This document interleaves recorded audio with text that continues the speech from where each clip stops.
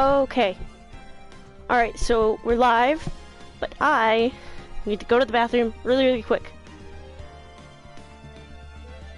I will be right back.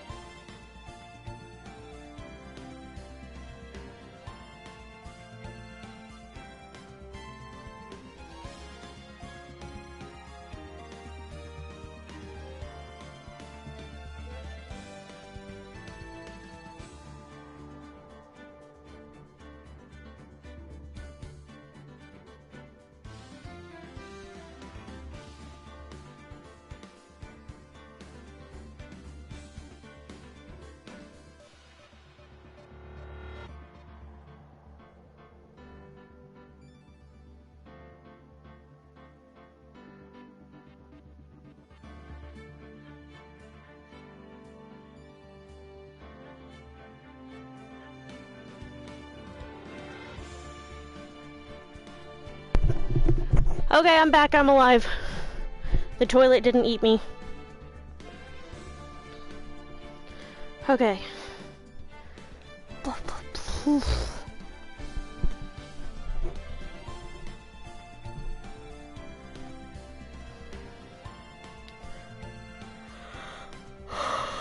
Why am I so fucking tired?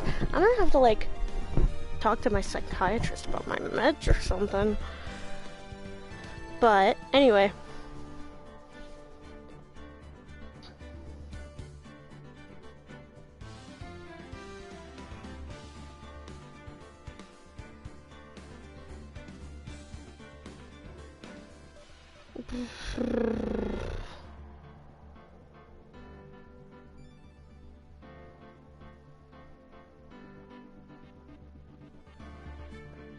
Okay. Let's just get into it.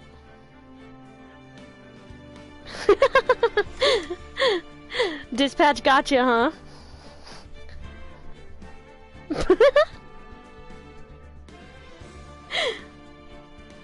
It got you?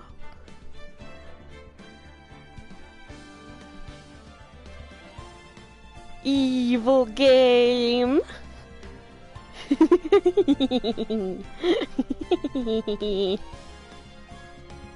You can also yap about it in DMs if you want, in between stuff. Cause like, I don't want to spoil it for anybody who doesn't know the twists and turns of fucking Dispatch. But man, that game is evil sometimes, huh?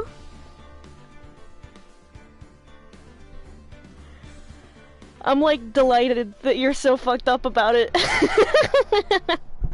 Does that make me a bad friend?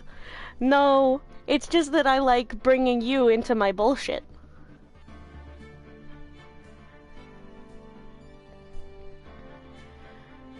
Speaking of, evil games, our friend who comes into the chat and shares fun facts about Ace Attorney said something about how episode 5 was designed to be as, like, psychologically harmful to Edgeworth as possible, or something like that.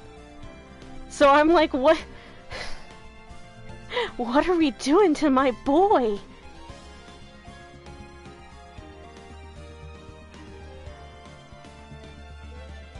What are we gonna do to my boy Edgeworth?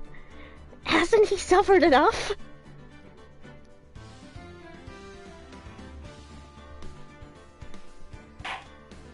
This is the point in the game where I have no idea what happens, by the way. The Game Grumps only played through Turnabout Goodbyes. They didn't play the 5th case.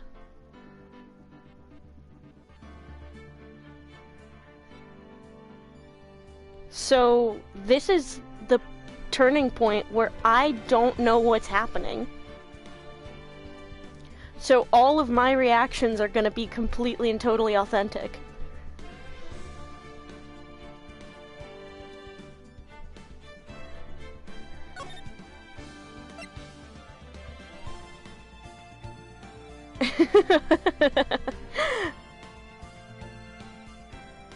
I know that Emma Skye is in it from the little preview thumbnail thing. So I'm excited for that. I'm excited for baby era Emma Skye, proto Emma Skye. Let's get into it, huh? Whoa. This is dramatic. I feel so out of my element now that I don't know what's happening. Oh, a knife? Oh, this looks rotoscoped. That's cool. What the fuck is happening? Huh? Okay. Nani? The Blue Badger? Is the Blue Badger killing someone?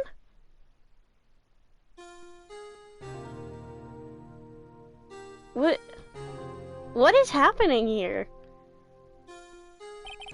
It's been 2 months since Maya left the office. 2 months without a single trial. After that, nobody's hiring Phoenix?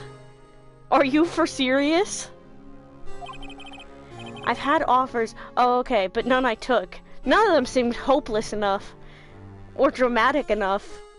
So... that is, until the day that girl showed up.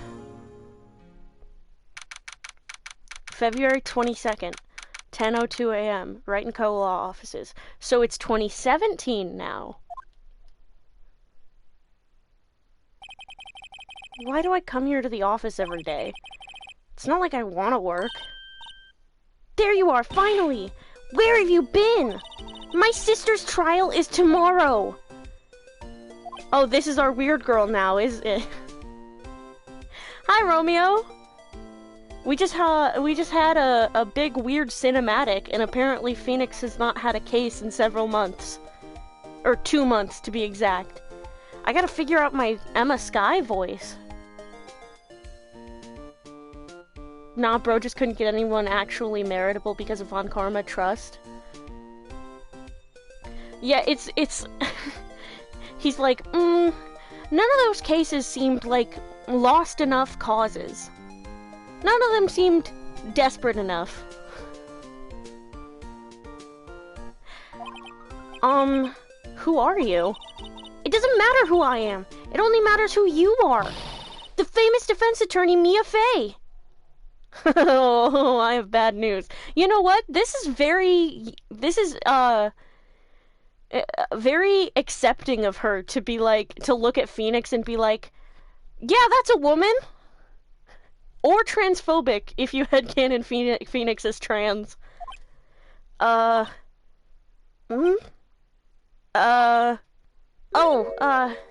not Mia Fey, are you? I'm sorry, but Miss Mia Fey is no longer works here. So you are the coffee boy? I'm Phoenix Wright, a defense attorney. Right. Wait! You're the Phoenix Wright? The Phoenix Wright from the Edgeworth murder case? Yes, that's correct. It wasn't Edgeworth who was murdered, though. That's a relief, then. You're better than nobody. What do we think of my Emma Skye voice? I'm kind of making it lower than Maya's. I'm sorry. I'm afraid I'm not taking cases right now. But you are Phoenix Wright, right? Aw, damn, Twitch is being homophobic. The undefeated defense attorney? Look, I'm not accepting any new cases. I'm sorry, but you'll have to try elsewhere. Please! I'm out of time! But, please, you have to help. It's my sister.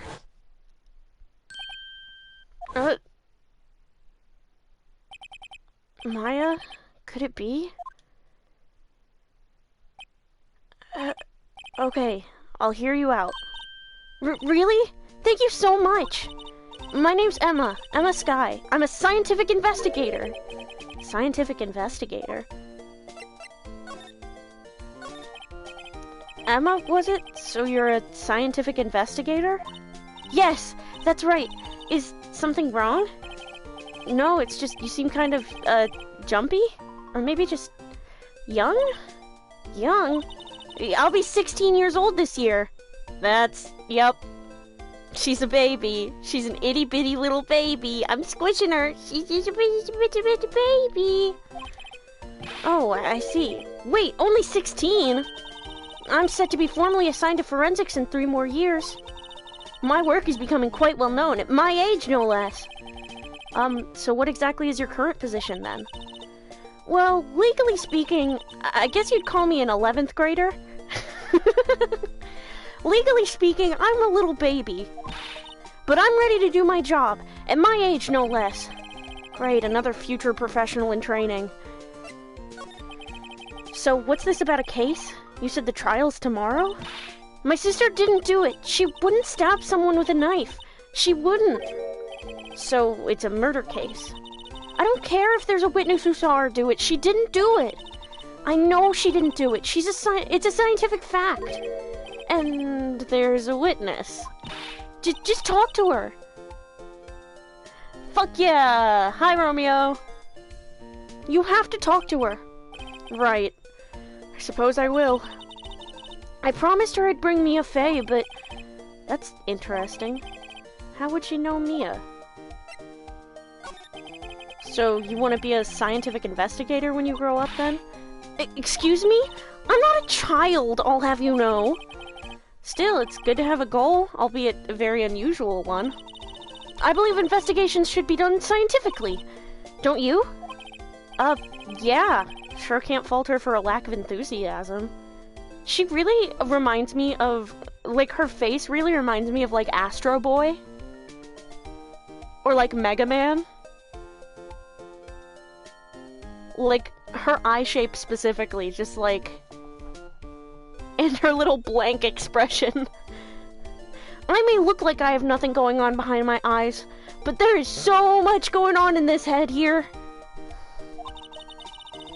If this case is handled scientifically, I'm sure my sister's name will be cleared. Frog face. What was that? Nothing. Your sister? I've been doing research, you know. I'm developing a new scientific method of case investigation. I'll show you when I'm done. I'm looking forward to it. Guess I should get down to the detention center and talk to her sister. My sister asked for Mia specifically. This Mia Fey person was a few years below her in school. So they went to the same school, huh? She always told me to go to Mia if I ever needed a defense attorney. And, well, I need one. Sister moment. Yeah. Incidentally, Mia is a woman? Now that you mention it, guess it is more of a woman's name than a man's. But, you know, I don't really see stuff like that. Mostly because I don't really see. These glasses are pretty bad. Well, it's nice of you to help your sister out like this. You must be close. Well, actually, when she gets like she is now, I kinda hate her. Huh? But she's my only family. Your only family? What about your parents? They died in a car accident when I was little. Thanks for reminding me of that, you asshole. Wow, you really do remind me of Maya. Oh, I'm so sorry. Did you know that I am an attorney? See this? It's my attorney's badge.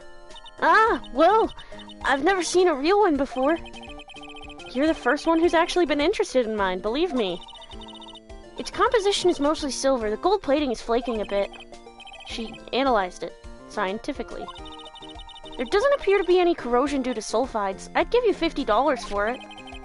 Sorry, but, it's not for sale. Yet. I still don't have health insurance. Okay. But first we have to check on Charlie. Mia's plant, Charlie. I've been taking care of him in Maya's absence. And Mia's movie poster. There's a poster of the Steel Samurai on the wall. Maya stuck it up here on the day that she left. I didn't have the heart to take it down. I do sometimes get strange looks from the clients, though. Yet? Yeah, he's not that desperate yet, but... Mia's desk. I sit here even less now that I've stopped taking cases. I ought to at least dust it off every once in a while. Looks like it's cleaning day again at the hotel across the way. I hear they're planning a second branch outside the city. Egads, the bellboy was staring right at me. Egads, Phoenix, you fucking dork. Difficult-looking legal books stand in a formidable row. They mock me. I tried reading one and it made my head hurt. Almost as much as it hurt when I hit it on that bar. When I closed it, it slipped out of my hand, then my foot hurt too. Okay, I guess we're going down to the detention center.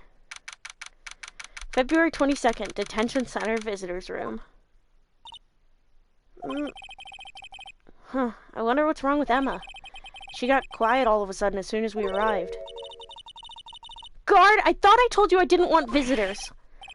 Sorry, ma'am. It's just your sister. No excuses. Or did you not want to raise this year, Understood, ma'am. What was that all about?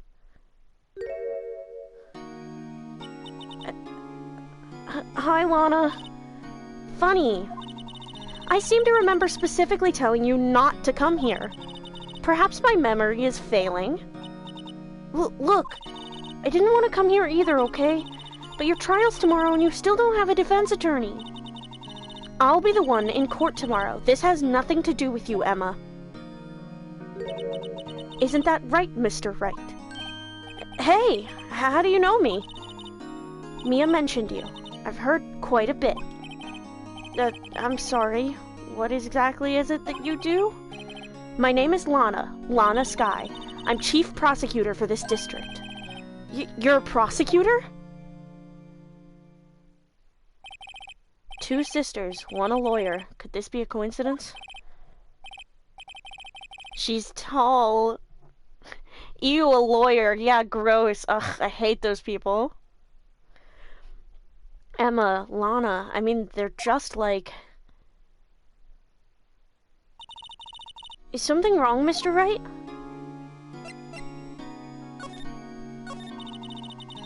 There's something you should know from the start. Which is? The suspect in this case has confessed to the crime. Huh? Wait, but the suspect is... me. I did it. Well, Mr. Wright? Well, why don't you begin by telling me exactly what happened?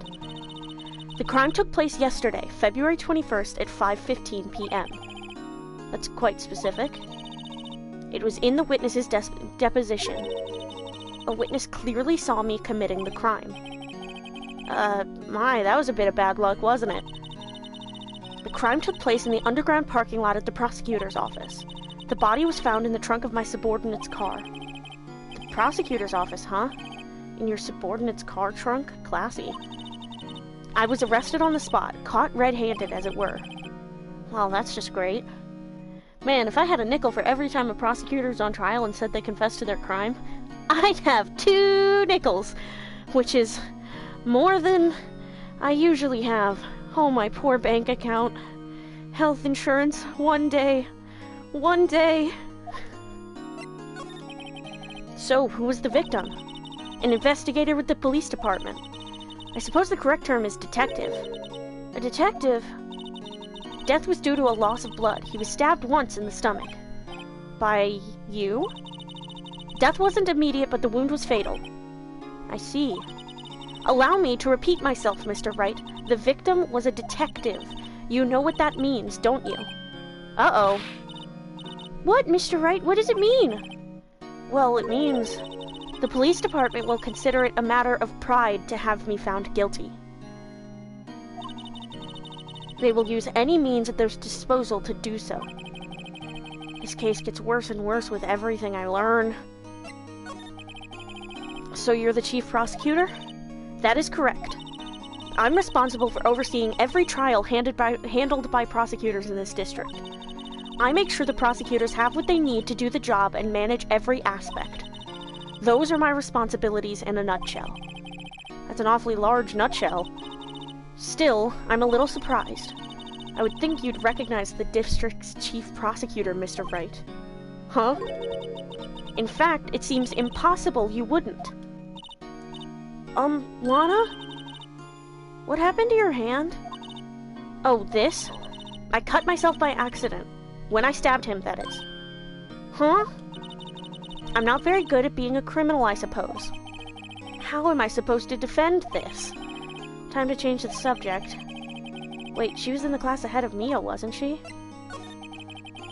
You were in school with Mia, correct? A few years above her? Emma told you that too, did she? Well, why not? I did drag him all the way here from his office. Although it seems he has very little in common with Mia. Hey! It was in law school. I was in my 3rd year and she was auditing the class. She was different than the other students. This seems gay as fuck. Different?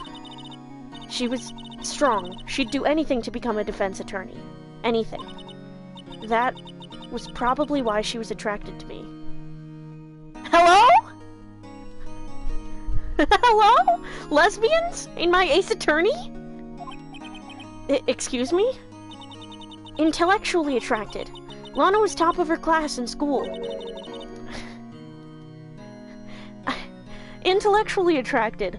I think he was just maybe regular attracted. Okay, fine, sapiosexual girl.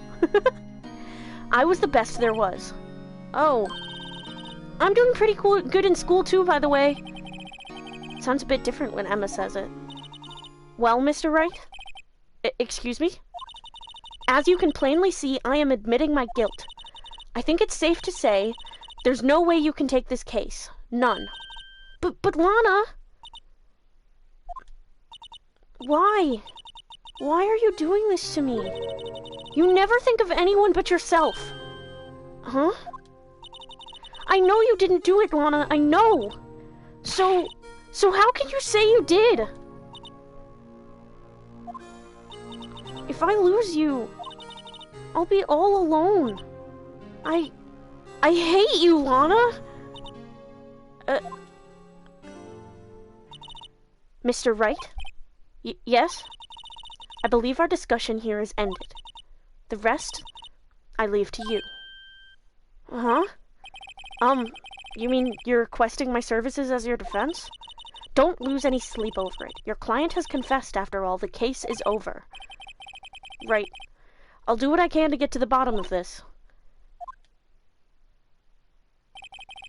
Lana has confessed to the crime, yes, but something doesn't fit. It's that look in Emma's eyes.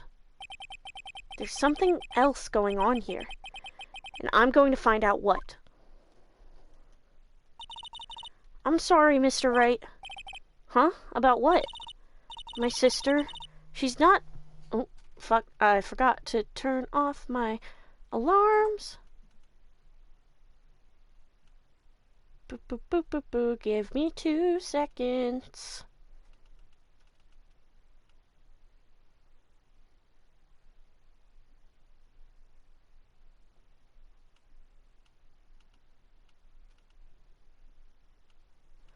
Okay. Alright, I'm back. My sister, she's not always like that, you know. I just never expected to be defending another prosecutor again. She's changed a lot. She used to be so gentle, always smiling. Everybody liked her. I see. Sorry, but I'm having trouble imagining that. What happened to her? I don't know for certain myself. I think maybe she... Well, maybe not. Sounds like there's something there that defies a simple scientific explanation. Let's go check out this underground parking at the prosecutor's office, shall we? Oh, okay. Yes! I've got my weird girl back. I always need a weird girl companion by my side. How else am I supposed to be a defense attorney? You can't be a lawyer without a weird girl by your side.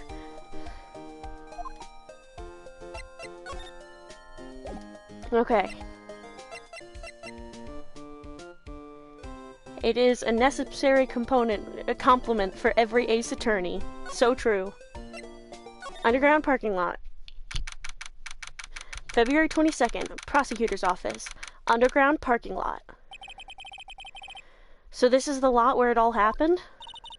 Looks like they're still investigating. Funny that my first visit to the prosecutor's office should be like this. Hey everyone, keep up the good work! Hey, what are you thinking? Well, they are going to be my coworkers 3 years from now, after all. No harm in saying hello. Actually, there is. You know, attorneys aren't supposed to examine crime scenes. I'm trying to not stand out too much here, see? Hey there! You expecting to go unnoticed here, partner? Partner? Oh, Jesus, it's not Gumshoe? What the fuck? What do we have? I'm gonna give him a Gumshoe-ass voice, but Texas. What do we have here? Looks like a bambina got loose from the ranch and is up to no good. Folks gotta learn to keep them doggies tied down, partner. Mr. Marshall! Oh, I can't stand this fucker already.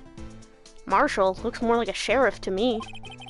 Looky here, Bambina, I know how you feel. But this is my gang's gold strike, see? Strike? I almost did the Maya voice. This is our claim, our territory, with a motherload of evidence. If you're fixing to mess with what's ours, you'll regret it, partner. You know what dreams the cacti out in the desert dream? You want to? What's this guy fucking talking about? You head along home now. Happy trails, Bambina.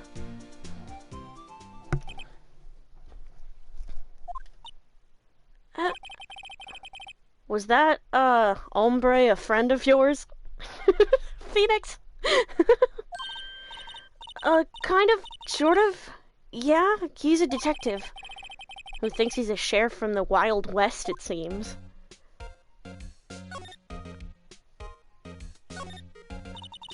This is where the cars leave the lot. The arrow on the ground makes it look more like an entrance. What are you talking about? It's plainly an exit. Well, maybe it's both. Kind of a dual purpose? Uh-huh, the theory of relativity! What? I've gotta write this down. Hey, Mr. Wright! Maybe you know, was it Mr. Relativity German or was he British? Mr. Relativity? Are you sure that was his name? I kinda love her. Look, a door! This must mean something.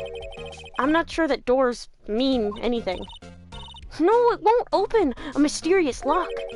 I fail to see what's mysterious about it. Mr. Wright, you need to learn to enjoy life more.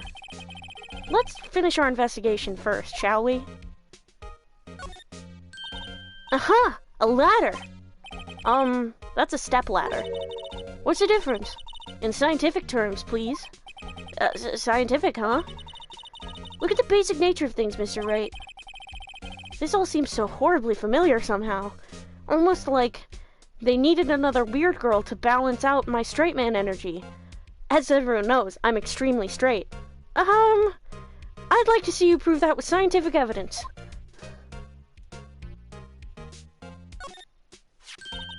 Here, a phone. Let's see if it works. Hey, don't touch stuff we don't need to be touching. I can't hear anything. My ears! No, my ears! Maybe it's due to the barometric pressure. What is she babbling about? Hey, what did you just say? See, you can hear just fine. The phone's broken. This wall is in our way. It's got a faucet for water. Wait, I know! This wall is merely a facade hiding the truth. This is no wall, but a water tank. I fail to see how it makes any difference either way. An oil drum. Looks like it's filled with water. It's heavy, I can't even budge it. The drum over here is on its side. Wait, I know! I'll hide in here and do a stakeout. I think you'll probably just get arrested. In fact, you may not even have to hide in the drum to get arrested. What? I'm not suspicious! Oh, here's the scene of the moida. Well, no time to waste. Let's get hunting for clues. I wonder what this is. Well, partner, looks like you got no intention of going home quietly. I like that Emma acts like the protag more than Phoenix here. Yeah, for real. The sheriff. Like I said before, this here's our claim. You'd best be moseying along, unless you're fixing to bite the bullet. God, scary. Could you just tell us one thing? Who owns that car? Well, the little filly's got a good nose on her. You want to know who rides that red Mustang with the body in her saddle, Please! No problem, partner. About time for vittles anyway. Get yourself to the saloon up on the 12th floor of the prospector's office. I don't know how I feel about him. I can't tell if I like him or not. Cassidy Overwatch? Yeah, for real. I don't know whether I like him or not. Might just find you a cerveza you like. Prospector's office? Where does this guy think he is? And when, for that matter? Note to self. Look up Vittles, Saloon, Cerveza. Maybe we should check out floor room 1202, the High Prosecutor's office.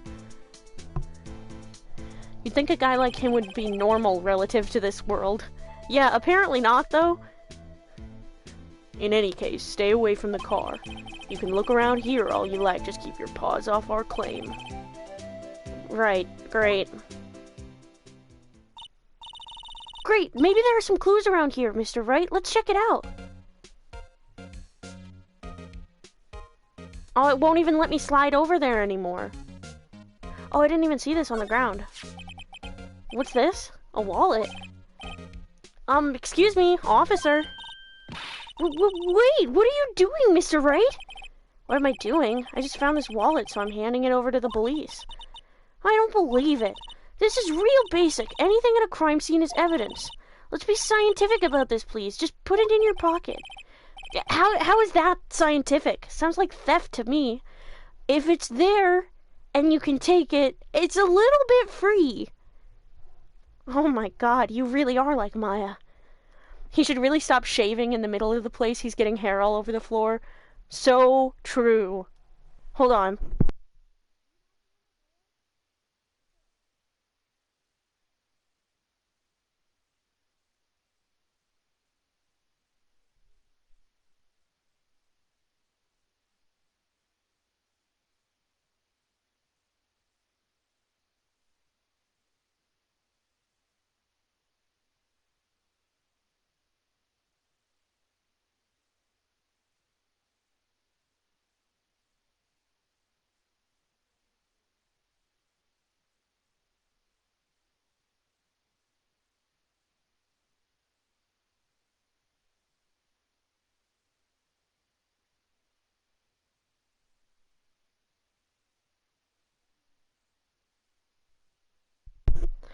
Little brother asking if his girlfriend could come over tomorrow because I'm in charge.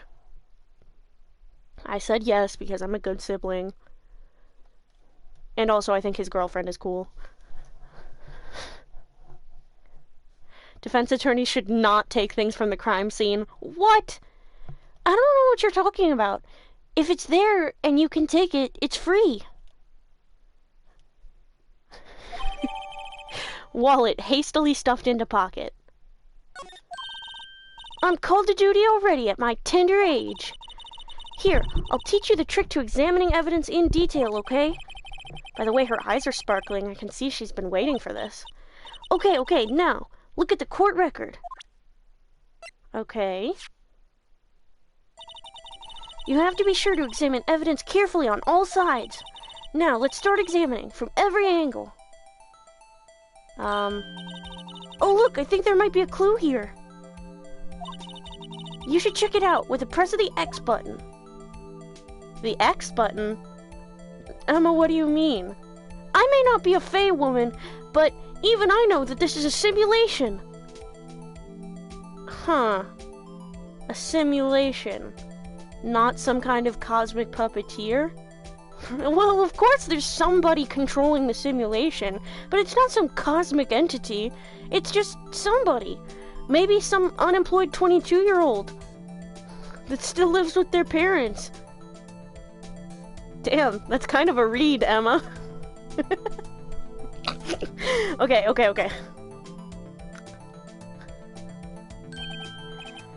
This is an ID card. Sergeant Bruce Goodman, ID number 5842-189. See? Well, isn't scientific investigation useful? I guess, though I don't see what science has to do with it. It's the scientific method, dude. It's a scientific method. Make an observation, ask a question, form a hypothesis and make a prediction, do a test or experimentation, analyze data and draw a conclusion. Do the scientific method. That shit's from 6th grade for me. Emma voice. Hey, and there's even $100 in this. Let me just scientifically take that for evidence, you know? Let's be sure to examine every piece of evidence we find. I guess I've got to be on my toes from now on. Excuse me? Were you two all set? Us? Oh wait, is this not? Oh, excuse me, were you two all set? What's this? She couldn't be. You're selling lunches? Here? This is a crime scene. Hello, half and half, was it? Oh, thanks. And you, sir? Yes? Some crunchy goodness coming at you. Thanks. Interesting way of doing business. This area is off limits to anyone without clearance, especially passers-by. Or are you officers? No, but you don't exactly look like the type to have clearance, ma'am. Well, that's hardly a way to greet someone. Even if my days as the cough-up queen are over. Cough up? Huh? You know, I'm feeling kind of full. Maybe I'll pass on lunch. I'm quite connected to this case, you see. The images are burned into my eyes, you might say. Yes, all the sordid secrets. Secrets? Dear me, you are a slow one, aren't you? Oh, she's rude. I'm referring to the murder, the stabbing of that detective. What? A witness clearly saw me committing the crime. You mean you're the witness my sister was talking about? Please, cough up, Queen. Tell us what happened. The name is Angel Star. Don't you go forgetting it. Or before you know it, I'll have you whimpering at my heels. I don't like her. Yes, ma'am. Yipes, she means it. Phoenix, you're so fucking easy.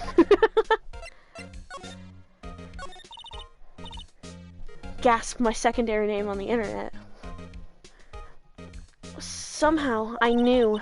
Yesterday was a day of destiny. I knew something was going to happen. Just like I know that the daily special on Friday every week is salmon.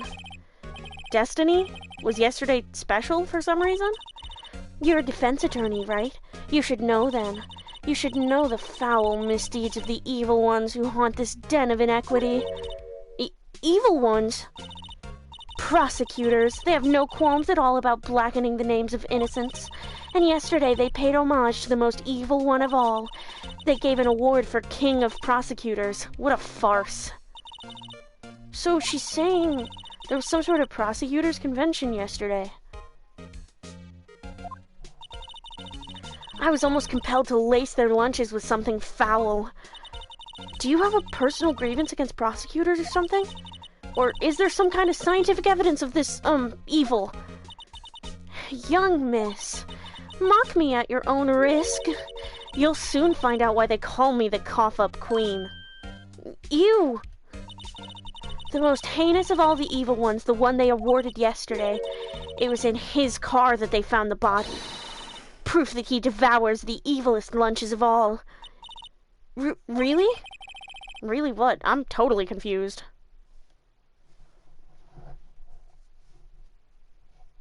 The thing on her hat looks like onigiri. Wait, that's intentional. I see her design. By the way, admitting to a potential crime can get you arrested, so don't be like her. Yeah. I don't think I want to be like her at all, in pretty much any way. One thing's clear. This lunch lady has a thing against prosecutors. So, what exactly was it that you witnessed, Miss Starr? It was a fascinating spectacle, to be sure. I now feel I know what they say when they talk about a woman's wrath. To see Lana Skye wield that knife so... Her knife flashed in anger, bringing him to a sad end. It was truly a sight to see. You mean you saw the very moment of the crime? The sound of his silvery ties to this world being cruelly cut still rings in my ears. And the rhythmic beat of Lana Skye's knife. Wait a second, you know Lana Skye? Of course, it's quite a feat becoming chief prosecutor. How many lunchboxes of sin did she pack to make that journey, I wonder? She always travels light. Now, why would this pretty lunch lady know the chief prosecutor's name? Every character we've seen so far has been so strange. I feel like... I mean, like... Will Powers was so normal compared to pretty much everyone else. Dee Vasquez was, like, just a normal-ass, hot, rich woman.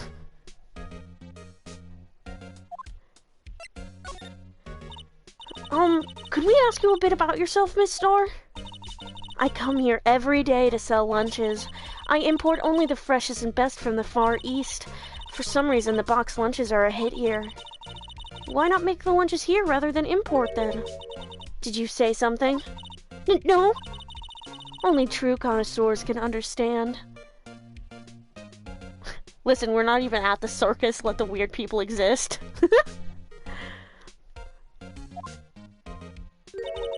The kind you can only tell someone who has tried General Tso's trilobite lunch set. Never mind, you win. I don't even want to appreciate part of a trilobite's flavor. Anyway, I come here every day to sell lunches.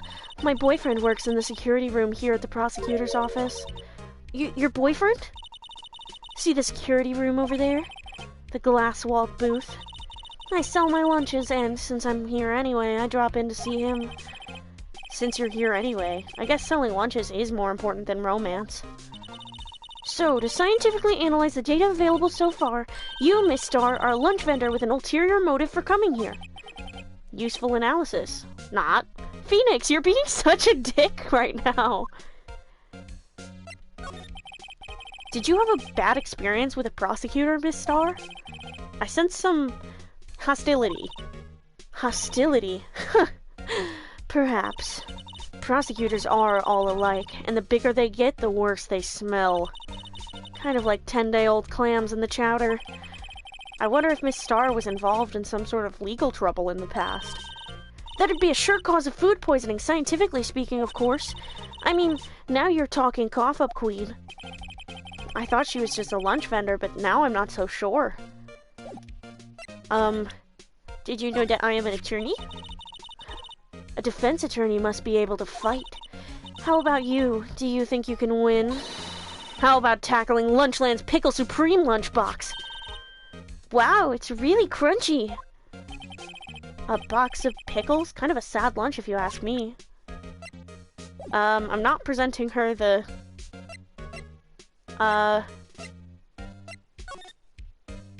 Can I slide? No, I can't slide anymore. Oh, security. Look, a stylish glass-walled room. Very nice. You can see the whole parking lot from in there. It says security. Perhaps it's a cafe? Huh? Cafe security. Yeah, that must be it. Let's check it out later. She was funny, I will be real. Yeah. I hate to break it to you, but I think that's probably just a security guard office. Huh? You know, I scored a 97 on my science test the other day.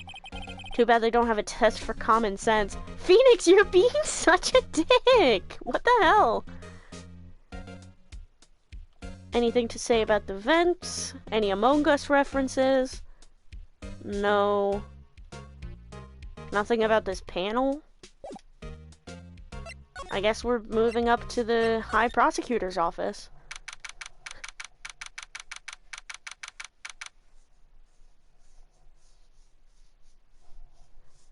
Phoenix didn't have his coffee this morning. Yeah, he couldn't afford it. I wonder who this is, guys!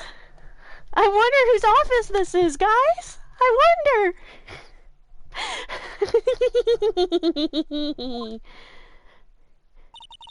This is the kind of room that just screams, I can do the job. The fucking Steel Samurai figurine. Yeah, I wonder who wears magenta and whose favorite show is the Steel Samurai. I'm so fucking excited. I've seen this room in fan art. Quite a change from your office, really. Thanks. Look, there's a trophy or something here. A trophy? What, that shield? It takes real nerve to display stuff like this. Whoever's office this is, they must be a real stuck-up jerk. Phoenix Wright. You never tire of prying into other people's business, do you? No, I haven't, actually. The only one that I only knew up to Turnabout Goodbyes. Once that case was over, I don't know shit about this one, or any of the other Phoenix Wright trilogy cases. I'm flying blind now.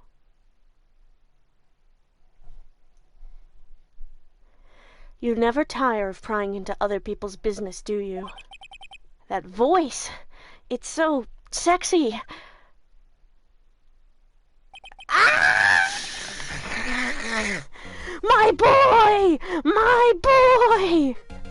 Long time no see, Edgeworth. Huh? Yeah! Mr. Edgeworth! You know him from somewhere? Of course! I'm his biggest fan! Oh, she's so cute! My sister introduced us once and... Right, her sister is the chief prosecutor after all. Well, what brings you here? I'll warn you, I've been known to be a real stuck-up jerk. No! Did I? No! It was just Mr. Right here. Hey, don't blame me! We're just here to investigate a murder case. Murder? A body was found in this nasty bright red sports car in the parking lot!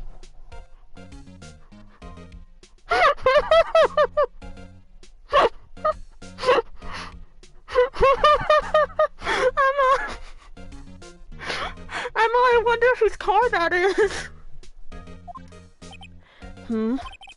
That would be my car. What of it? His smug little smirk! He's giving her shit! Oh my god, this is so cute! Oh my god! What? Your car? I'll say one thing, she certainly can scream.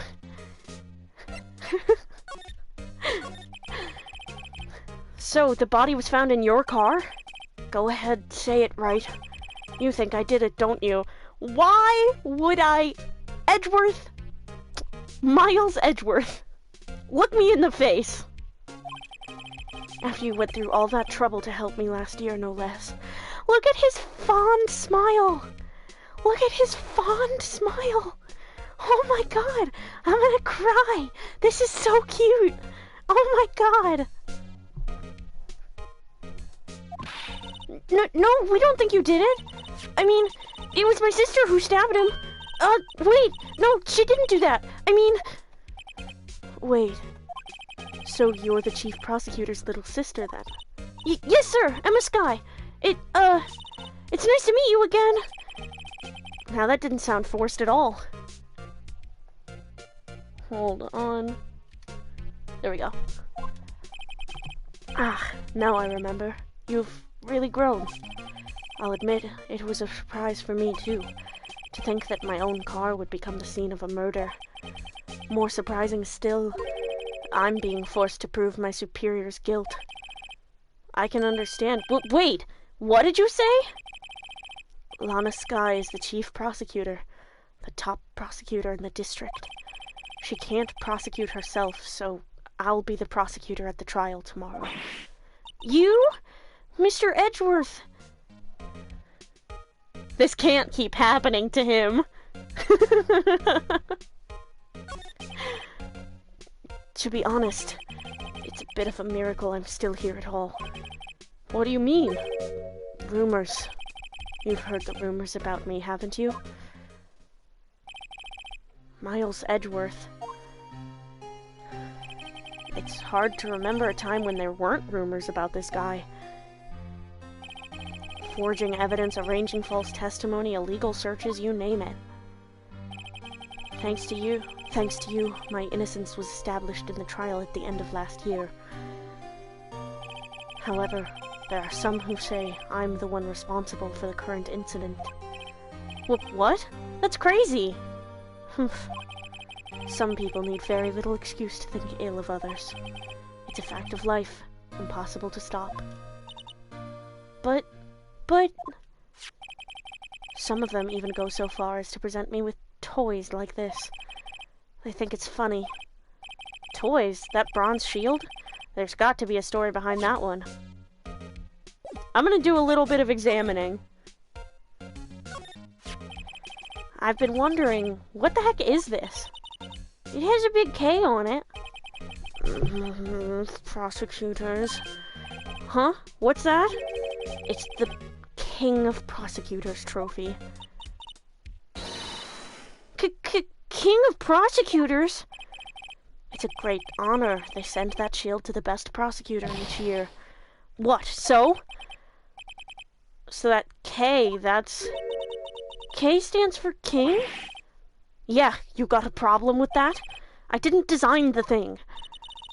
King of Prosecutors, kind of like Employee of the Month, only better. King of Prosecutors trophy added to the court record. Mr. Edgeworth has such a comfy sofa. Sofas like this make me want to curl up and take a nap. I bet he pores over his case files here until the wee hours of the morning. Then he takes off his jacket, rolls up his sleeves, and goes to sleep using his arms as a pillow. I don't believe it. She's actually daydreaming about Edgeworth working. Not that I ever do that. That'd be crazy. Wait, does the plant have a fucking cravat too? Apparently! I bet in the morning he has sofa hair and little creases on his cheek from the seams. He's so cool. Sofa hair is cool? I'm investigating the plant. My, what an amazing bouquet! Just right for Mr. Edgeworth. No kidding. Hey, there's a card on it. Back from the dead, Wendy. Wendy? I've heard that name somewhere before. And beside it, a giant steel samurai! Wow, I want one! Huh? There's something written on the bottom of his foot. Between a rock and a hard place, Wendy. Wendy? Is she Mr. Edgeworth's fiancée? I don't think so. And he doesn't, I don't think he's not into, I mean, not that I'd be, like, jealous if he was, or anything, I just, Emma Skye, fanfic writer of all time. Wow, this jacket is even fancier than his usual ones. This must be his lucky trial jacket. Lucky jacket, right. I've never seen him wear it. I'm sure there's a story behind why it's in a frame. Maybe I'll be naughty and take a picture. She's getting way too excited about this.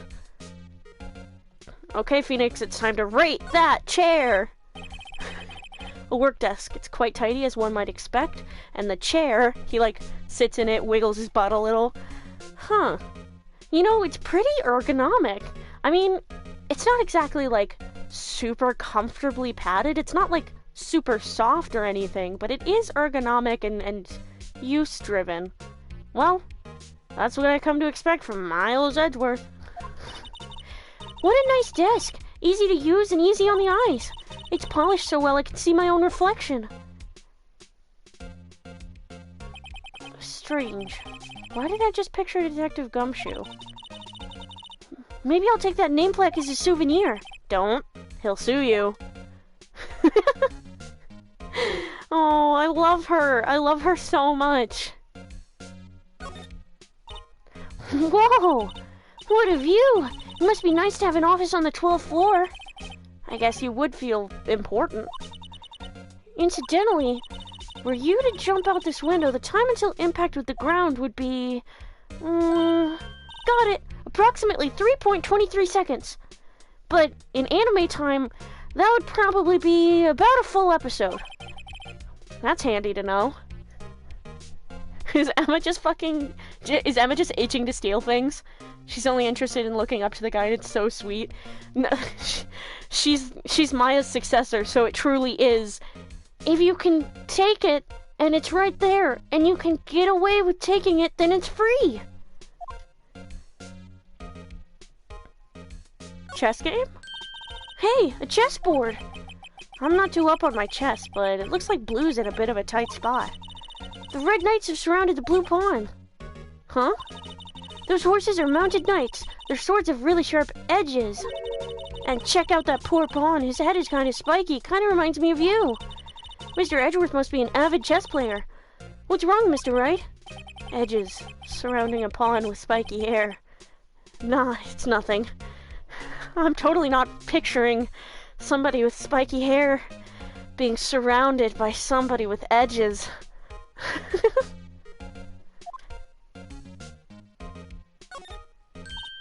Whoa, these are all case files? They're stacked up to the ceiling. There's even a ladder. Odd. I thought Edgeworth wasn't good with heights. He must have someone get them for him. Oh! Strange, why did I just picture Detective Gumshoe? Wait, that's so cute! He has Gumshoe. He's scared of heights, so he has Gumshoe get the fucking things down for him. Oh my god! He must study these case reports so closely. He's so cool. You wouldn't say that if you saw him sweating bullets up on that ladder. Wait, can I look at the tea set? Ooh, cute! What a pretty tea set! I go more for the instant tea bags myself. Amazing! The drawer below is filled with packets of tea leaves. They're all sorted by place of origin and flavor. Look at this royal blend! What an exquisitely splendid concoction! There's such a thing as taking a hobby too far. He likes the Steel Samurai, and he likes his tea.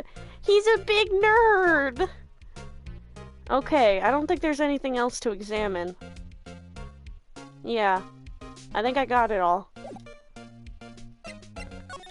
Let's talk about Lana Sky now that I've looked at everything in your room and you've silently watched Emma fawn over you. Chief Prosecutor Sky. Yes, we first worked together on a case 2 years ago. It was my first big case. That's right, I remember.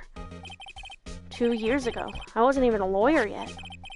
Since then, I always felt that she was looking out for me. It appears I was mistaken. Mistaken? Why? I mean, I know she's not the warmest person, but I'm sure she felt some responsibility for you. Then, why? Why did she stab someone in the trunk of my car? Not only that, she stabbed him with my knife. What? Mr. Edgeworth, your knife was the murder weapon? To be specific, it was the knife I keep in the toolbox in the trunk of my car. Edgeworth's knife added to the court record. Edgeworth? What? Are you sure you didn't do it? Come on, can't he take a joke?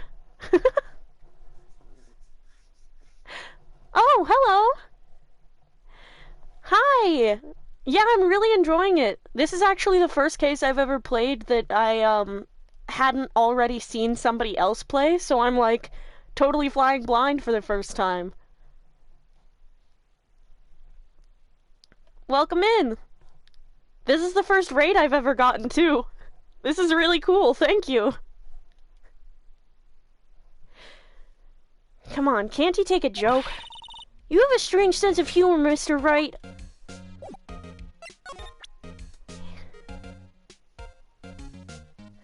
It's not like he might still be haunted by that trial before, Phoenix. Yeah, it's not like he like got super mega ultra traumatized or anything. That'd be crazy. Hey Edward, did you know that I am an attorney? I once dreamed of being a defense attorney a long time ago. What? You wanted to be a defense attorney, Mr. Edgeworth? I won't spoil that, not that I remember any of the answers. Thank you. I use a walkthrough when I feel particularly panicked.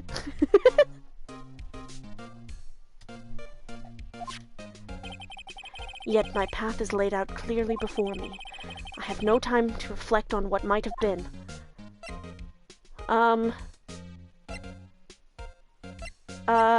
Anything else to say about this? So basically, this says you were the best of the best last year, huh? You can take that foolish grin elsewhere, right? I love this sprite. There's probably a million swap AUs of them switching roles. Oh yeah. I lost a day of work to receive that travesty. Huh? Why's that? I had to go to the police department to receive that broken shield. The police department? Yes, right next to the police station downtown. You've been there, haven't you?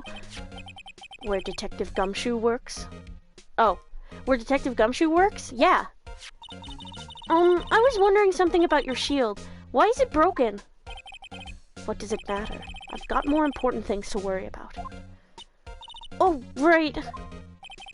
He doesn't seem too concerned about his award, for better or for worse. Yesterday was a very busy day for the prosecutor's office. Maybe we should ask him more about yesterday? Say, Edgeworth, I was wondering about this. Mr. Wright! Huh? What? Are you sure that you should be showing that to Mr. Edgeworth? Oh, he'll take it for sure, won't he? I wish I could be on the same side as Mr. Edgeworth. But then my sister would be found guilty. If she sighs any deeper, I'm going to start getting depressed. Not that I'm already depressed or anything. That'd be crazy. I'm totally good. I'm super good. I'm good. I believe you.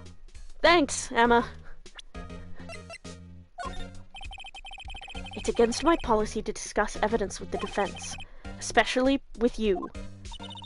He doesn't like you much, does he, Mr. Wright? Yeah, he totally hates me.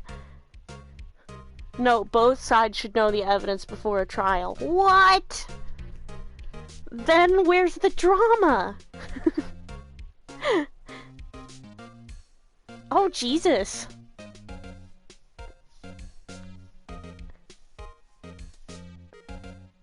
Not always true. There are certain things that don't have to be shared. Oh, what are ya? A lawyer or something? What are you, in law school or something? Did you know, guys?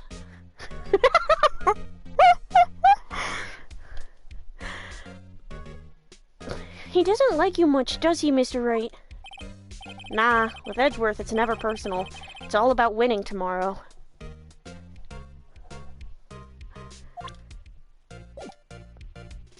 I think he probably likes me, like, a whole lot, probably. You know? But, like, just a normal heterosexual amount. Just, like, the same amount that I like him, normally and heterosexually. Could you tell me more about yesterday, the day of the murder? Yesterday was the annual cleaning day at the prosecutor's office. Cleaning day? Oh, wait. Cleaning day? Working with the police department, we sort and file all evidence for solved cases. We call it evidence transferal. Wiping your hands of old cases, in other words. Oh, and another thing. A ceremony was held at the police department. There's an annual review and awards for outstanding police officers and prosecutors. Yeah, the extremely normal heterosexual amount. The complete heterosexuality between these two men. They're so normal about each other and so straight. I'm Phoenix Wright, straight attorney. And that's when you got the shield? I was at the police department yesterday afternoon. I got back here at 5:12. That's very precise. People like myself and Mr. Edgeworth pride ourselves on our precision, Mr. Wright. No, I place little faith in my memory. The only thing I trust is solid evidence. Edgeworth parking stub added to the court record. This is the parking stub from the underground lot. The murder took place around 5:15. So the murder happened right after you got back. What, right? I'd appreciate it if you'd direct that suspicious glare elsewhere.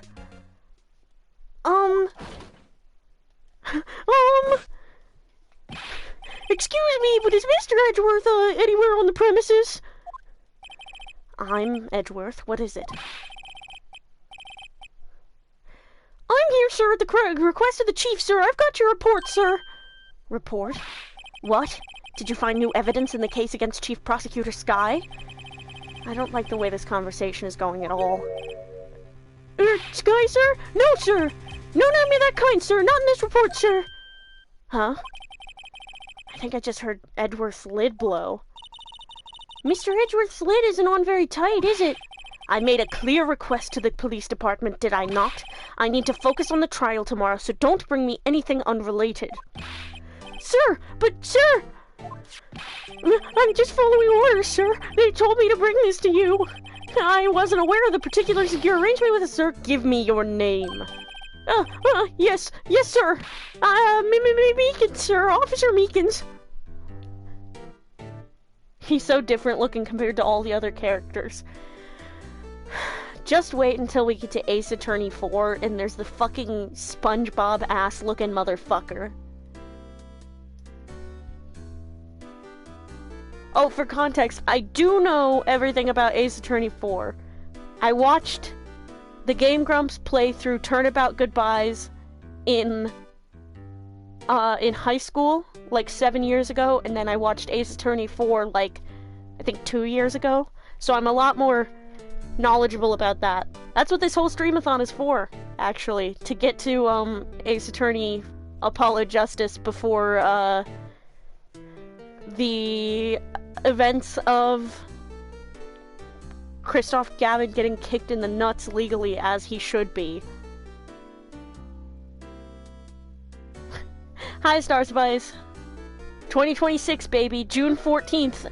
Happy Phoenix Wright gets hit by a fucking car day.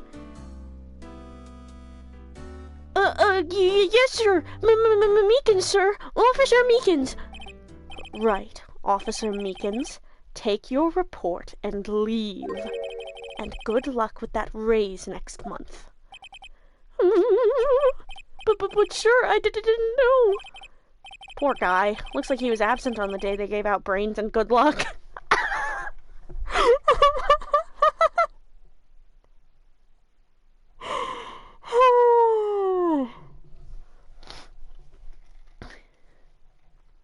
I'm still playing Apollo Justice Trilogy on stream for the first time.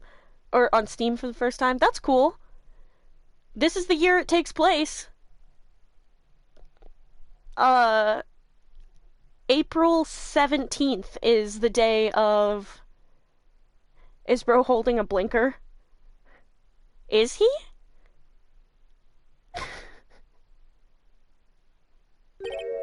Right.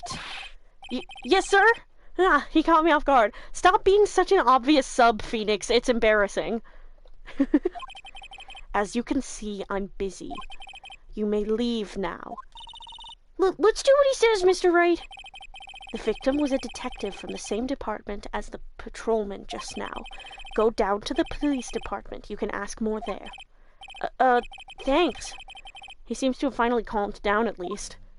He's autistic. He had his, He's autistic. He had his routine interrupted and he had a bit of a meltdown about it, but it's fine. Hydration check. Everybody in chat hydrate.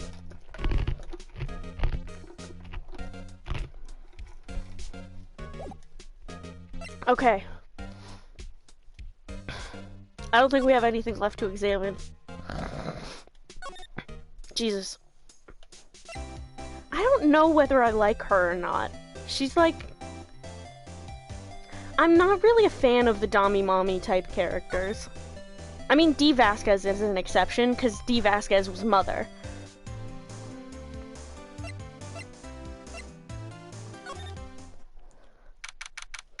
Oh! The Chief of Police got the Blue Badger approved! That makes me so happy, actually.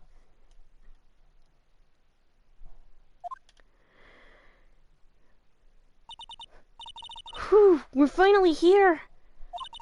Why would they put the police department so far away from the prosecutor's office? Beats me, that took almost 30 minutes by taxi and traffic wasn't even that bad. The police department, huh? I've only ever been to criminal affairs next door. Hold on, what's that? Oh, disturbing. Why does it undulate like that? Oh, wait, I know. This is the Blue Badger. They're trying to make him the police mascot. Well, Mr. Wright, you sure know a lot about the police. Still, he does seem familiar somehow. Forget the Blue Badger. Who's that next to him?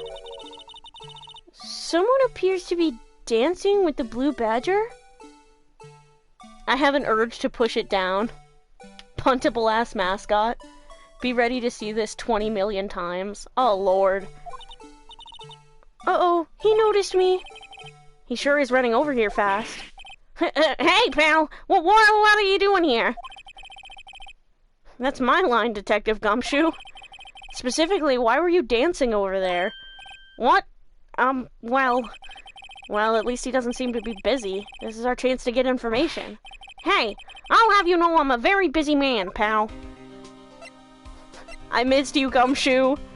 I was so worried when they said... I know he's in the later games, but I had an irrational fear that he was the detective that got stabbed, and I got so scared. I was like, my Gumshoe, my boy? My big dick? I'll give you one word of advice, pal. You'd better not agree to defend the suspect in this case. Well, why not? Huh? Well, it's just that the chief prosecutor has confessed to the crime. She says she summoned the detective to the prosecutor's office and she killed him. But what if she's not telling the truth? Yes, well, no, come on, pal. There's plenty of evidence against her. But what if the evidence was faked? Hey, pal, can I speak to you for a second? Huh? Me? Why is this little girl so peeved at me? She's a relative of the suspect. She's Lana Sky's sister. Whoa, the chief prosecutor's little sister? Just please investigate this case carefully, okay? Scientifically. Yes, sir. Oh, by the way, you might want to keep your voices down. You don't want to be overheard using words like faked. Huh? It's a sensitive issue with us these days. So, what are you doing here, Detective Gumshoe? Me? Oh, well, nothing really. They kicked me out of criminal affairs. Detective Gumshoe, what did you do this time? What do you mean, this time? Then what happened? I know things are busy right now. I mean, with my sister's case and all. It's true. We've never had a chief prosecutor murder anyone before. Only the highest-ranked people are being let into criminal affairs now. The lowest-ranking guy in there is our chief of detectives. They're not letting any of us rank-and-file detectives in at all. None of you? I know this is an important trial, but isn't that a little odd? So anyway, I thought I'd spend the day getting the badger dance down pat. Isn't there anything else you could be doing? The chief of police himself is directing this investigation, pal. And Officer Marshall was assigned to the underground parking lot. Officer Marshall? Now that I think about it, Emma did seem to know that Marshall guy. A patrolman in charge of a crime scene. It's unheard of, pal. Did you know that I am an attorney? Detective, here's my attorney's badge. You show this to me every time we meet, pal!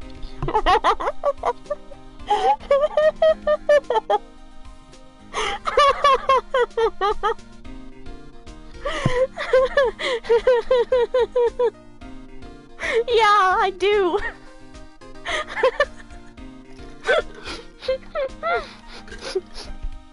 Oh my god, that's so funny.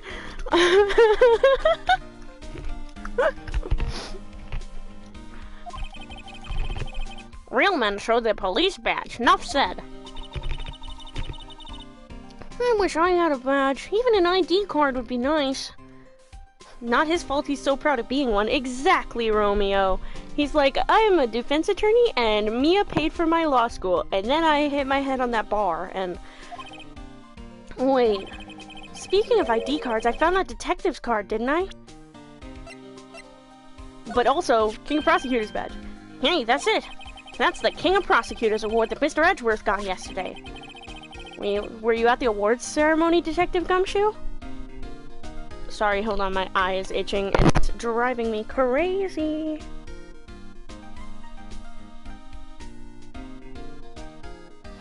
Okay. Were you at the awards ceremony, Detective Gumshoe? Well, of course, pal. I got an award for diligence myself. Ah, congratulations.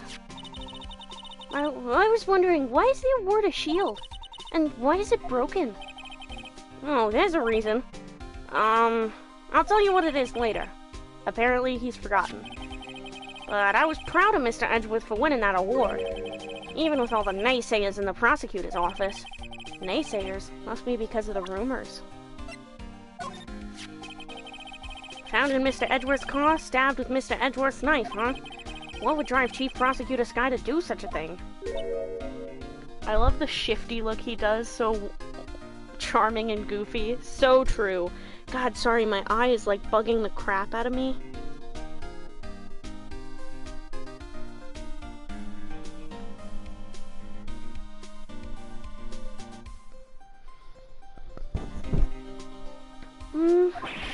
Well, wait, I mean, sure, of course someone else really did it. Someone who must have a grudge against Mr. Edgeworth. The car and the knife do seem a little too well organized to be a coincidence. Poor Mr. Edgeworth. What could have happened? We have to find out a little more about what's going on with Edgeworth. Found Mr. Edgeworth's car, stabbed with Mr. Edgeworth's knife, blah blah blah blah blah. I love that, like, in the first case, Gumshoe sees Maya, and he's like, that little girl's a murderer, that's a criminal, for sure, for sure. And then, in this case, Emma is, like, 2 years younger, and he's, like, absolutely weak. He's like, no, I don't want to upset a little girl. No way.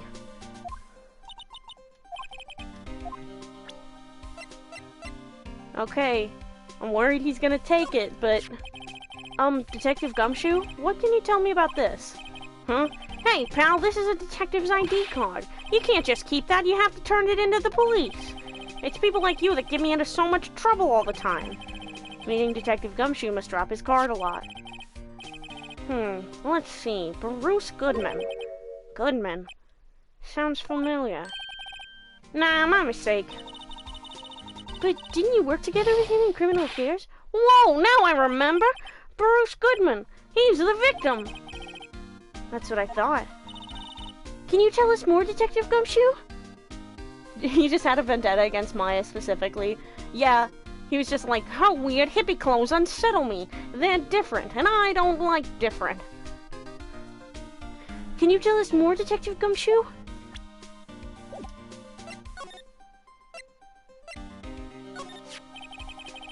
So, this ID card belonged to the victim?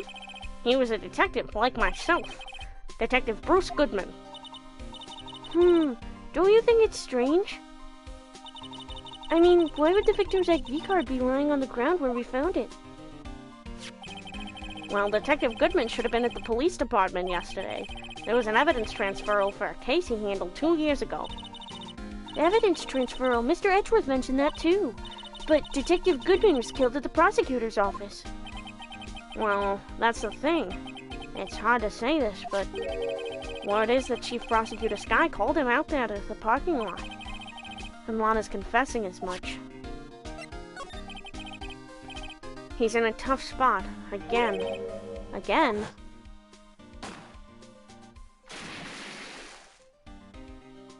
Phoenix, did you forget? Well, it all started with the murder of that defense attorney, Hammond. But Mr. Edgeworth was found innocent!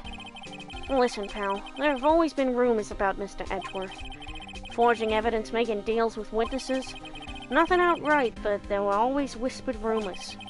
Ever since he was accused of murder, no one's whispering, they're practically shouting. But there's no evidence against him. Well, Mr. Edgeworth has always had unusually strong ties to the department higher-ups. Yeah, that would be his former fucking mentor that got, proven to be the murderer. It's only natural that people would be suspicious. I had no idea he was under the gun. Again. Anyway, this latest case has started a new rumor. People say that the only reason he took this case is because he's aiming for the chief prosecutor position himself. What? But I know the truth, pal. Nobody wants to be the one who has to prosecute the chief prosecutor. Mr. Edgeworth is biting the bullet on this one. He's doing this for all of us. Yeah, I guess so. Okay, so... I guess we... I was wondering about that. What? The Dancing Blue Badger? It's my masterpiece. Oh, here it is again. You made this, Detective Gumshoe? The chief threw together some designs, and I just did my thing, pal. Nice work. It's battery powered, so it can go anywhere. There's no switch, so it just dances until the batteries die. Poor Blue Badger, fated to dance until he drops. Probably would be worse if it wasn't Edgeworth as prosecutor. Yeah, if it was just if it was still fucking Von Karma or something, it would be worse. Blue Badger panel, why is this in the court record? How is so this has to be relevant somehow. What? And that's all I know about that. I'm not officially on the case, you know. Thank you! Why aren't you handling the case, Detective Gumshoe? We met the guy who is. What was his name? The guy in the parking lot? And that'd be Officer Marshall. We're gonna cross-examine the Blue Badger later. Please. He was appointed directly by the Chief of Police. Officer Marshall, is he some kind of Wild West sheriff or something? No, Jake Marshall's just a regular officer from West LA. For a moment there, I wasn't sure. Look, pal, let me try to make things a little easier for you. Show them this and they'll let you examine the crime scene. Maybe. I'll be surprised if this gets us anywhere. Just act like you're supposed to be there and nobody will look at you twice, pal. Why can I look at it again? Oh, god damn it, no! Why isn't it checkmarked?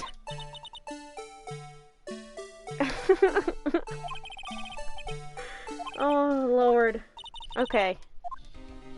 Okay. The usual wanted posters are hanging up on the bulletin board. Do you know this face? If you do, dial 911. You know, Mr. Wright, I always thought he was kind of funny. I've never seen anyone who looked like the people in these posters. They hardly even look human. She has a point.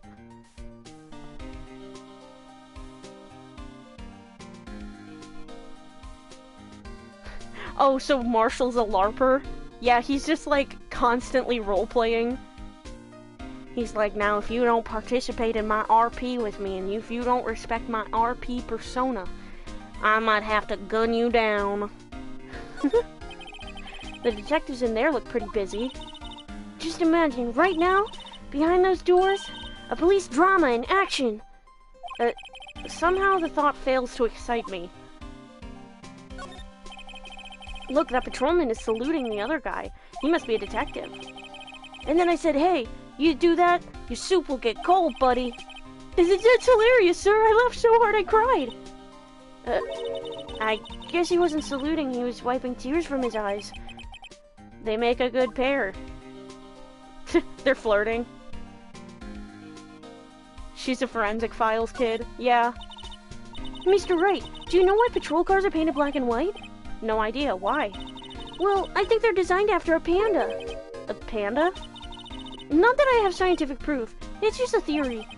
A core theory. Do you mind me asking how you came up with that theory? It was when I was on a school trip. I saw a patrol car, and it came to me. We had just been at the zoo, see? What about zebras? Did they not have those at your zoo? I don't think that there's a lot of logic here. The banner here is announcing the crime-fighting campaign.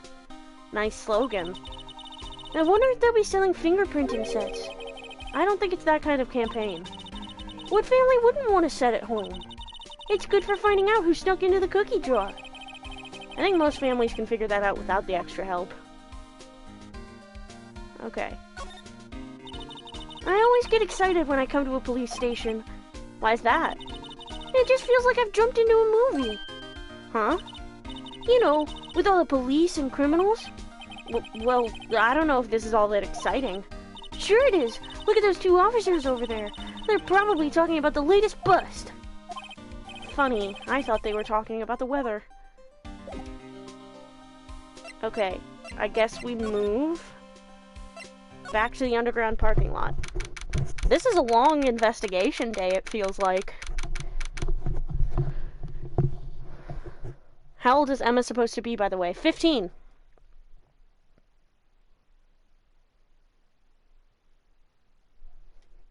She's a little baby. No, she said she was 15.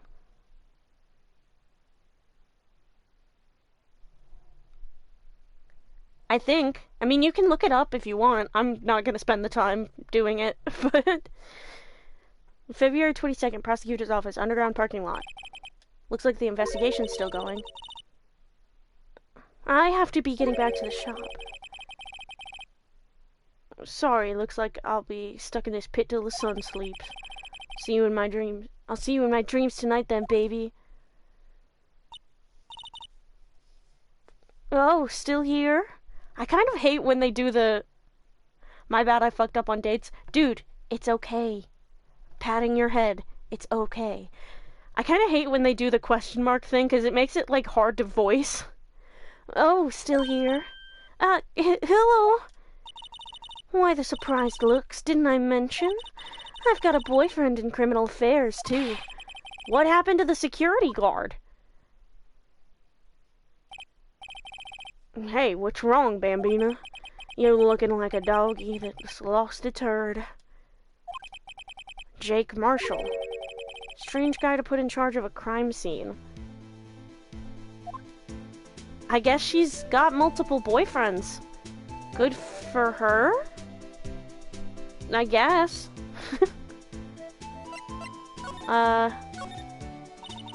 There's something I wanted to ask you. The scene of the crime, a cold grave for men who've lost their dreams. And me, I watch over them as they sleep, dreaming of the desert's harsh judgment. He's asleep. Well, should we show this hopeless case something to catch his interest? I suppose. Welcome, cultural appropriation, Marshall.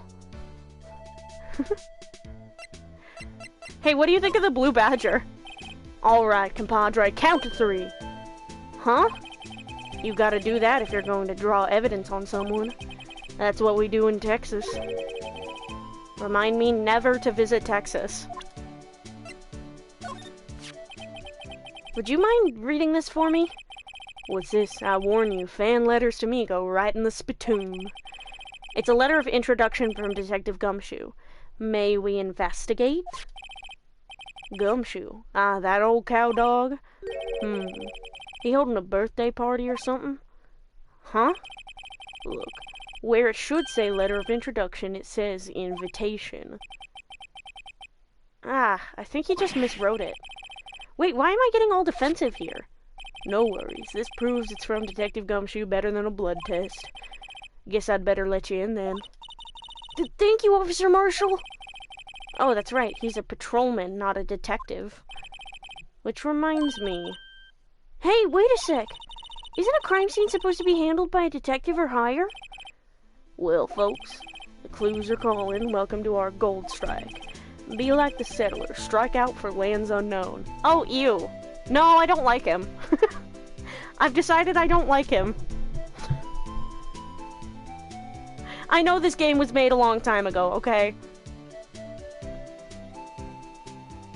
But he's still got that Manifest Destiny vibe about him, and I don't like it. Oh, he literally says Manifest Destiny, you bitch! Get off my fucking screen! Boo! Boo! Get me out of here! Manifest Destiny, let's have a hootenanny. Ew! I can forgive it from Jedediah from Night at the Museum. I'm not forgiving it from this guy, because he's both a, he's both a settler apologist and a cop. Like, you're both? You believe in Manifest Destiny and you're a cop? Fucking incredible. How can you manage to be such a piece of shit? I've decided I hate him. Note to self, police investigations are like settling land. Well, Mr. Wright, what do you say?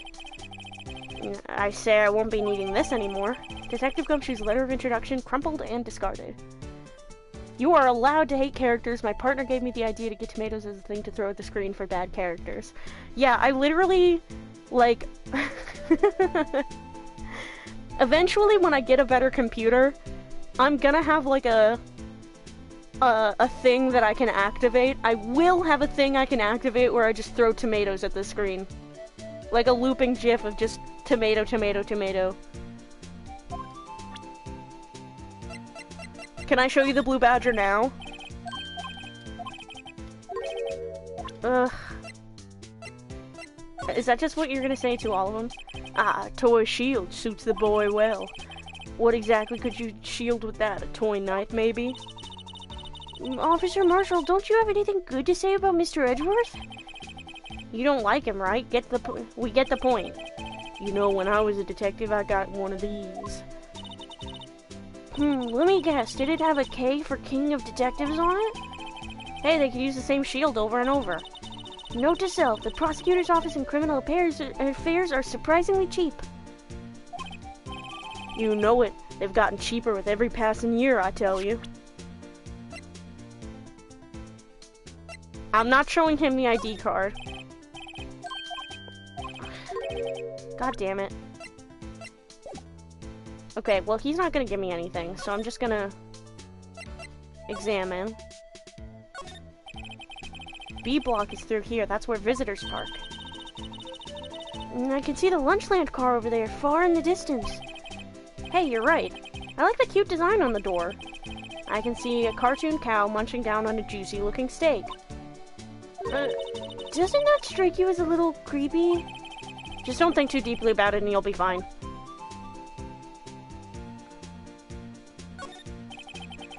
This appears to be the car where the body was found. It looks like the lock on the trunk is busted. Crime took place in the underground parking lot at the prosecutor's office. The body was found in the trunk of my subordinate's car. Quite a luxury car. It just screams I have money to burn. Yeah, prosecutors get the big bucks. This rope, is it? Yep, they laid it in the outline of the victim's body. So wait, the victim must have died when the killer closed the trunk on him. You have got to be the only person I know that would come to that conclusion. Defense attorneys get 2 dimes. Prosecutors make big bucks. A block. This area is reserved for prosecutors. Defense attorneys are relegated to B block. I dream of the day when I will be able to park my car here. I'll go over to B block to buy my hamburgers from you, Mr. Wright. I'm not planning on giving up my job that soon. This looks like a cell phone. Scientific analysis would suggest this belonged to the victim. I can't think of anyone else it could belong to. What's so scientific about that? Should we check it out? Yeah, right. Let's check it out. Oh, it's doing it by itself. Okay.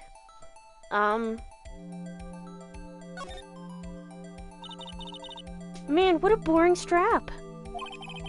Yeah, all the straps I have are pretty... Oh, you meant, yeah, I was talking about phone straps. I'm cis. I'm cis and straight.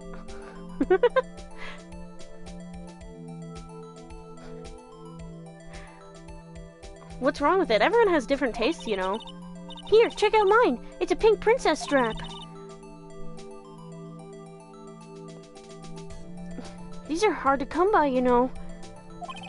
I see the series is as popular as ever with the kids. I want to be able to look at her and be like, I was there when Salmonella came up with that idea and he based it on my friend Maya. Rotate. Rotate. Wait, what button is that? Is it circle? Oh, no, that's... Okay. Fuck, what button is that? Hold on, let me get closer to my TV. Oh! Oh, okay.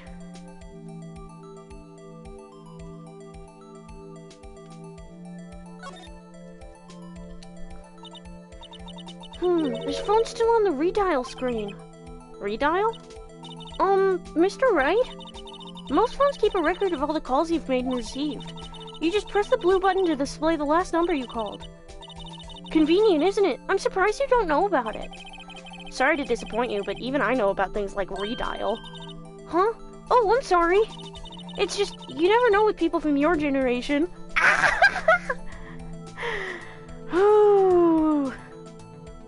Not that I'm calling you Unc or anything. I'm not saying you're totally cooked and chopped.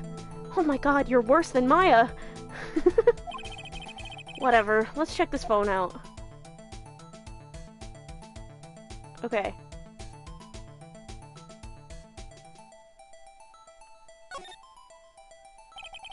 Now, to see who the owner of this phone called last. Note to self, a defense attorney doesn't think first, he just presses the button. Beep. Oh god, I'm having flashbacks. This is my partner's ringtone. My partner set this as their ringtone. Hey, that song, I know that. Hey, what's going on over there? Beep. Ah, uh-oh, sorry. I see you, partner. You pressed redial on that there phone, didn't you? Well, yeah. Whose phone is this anyway? It was on the ground over there. Whose is it? That belongs to Chief Prospector Sky. What? It's my sister's?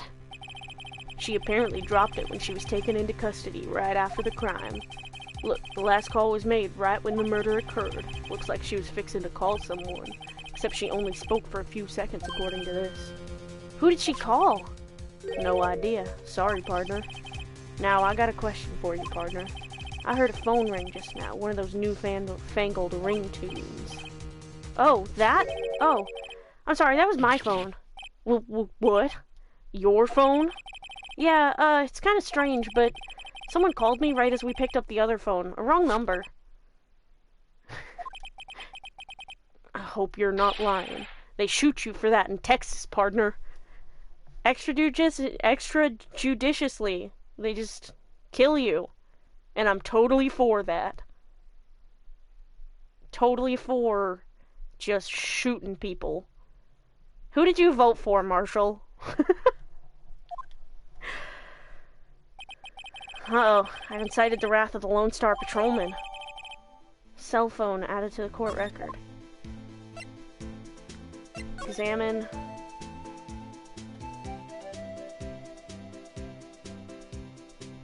Is there anything else to look at? Oh, the trunk itself. What's this? Looks like a note of some sort. Look, something's written on it. 67512. Oh, 67S122. 67! Right? Like, 67! And she does the hand thing, and he's like, what? Well, you know, like, 67, you know? 67. 67. Nothing? There's a name printed on the paper above that. Goodman. Maybe it fell out of his pocket when he was killed. Well, so what does it mean, Mr. Wright? How am I supposed to know? Note to self, for detective reasoning, go to Edgeworth, not Wright. I'm sure Edgeworth wouldn't know what this means either. Goodman's note added to the court record. Okay, is there anything else to look at? I don't believe so. I'm like... Is this a car elevator? I don't know how... I don't live in a city. I don't know how shit works in, like, bigger cities. I don't know. I think that's it, right? Yeah. God, I can't stand him. Finding out which dad she should go to, for real. Talk? The victim. Officer Marshall, could you tell us more about the victim? Good men always die young. Remember that, partner. Could you be a little more specific? Bruce Goodman. He was a detective, right? Well, aren't you a feisty doggy there now? Detective Goodman was stabbed here at 5:15. The smiling Madonna told me the tale. I think he means the witness, Miss Angel Starr. One stab to the chest, a fine piece of work. This here's the autopsy report. Didn't she say she stabbed him in the stomach? Was my sister involved with the victim in any way? Funny you should mention that, Bambina. Chief Prospector Sky and Detective Goodman had nothing in common at all. Nothing in common? They apparently worked together on a case a few years back. So there's no motive. Goodman wasn't a particularly gifted detective. That's one reason why he didn't do much work with the chief prospector. But my sister called the victim here on the day of the murder, right? Here, to this parking lot? So it seems, like calling an unarmed man to a shootout at high noon.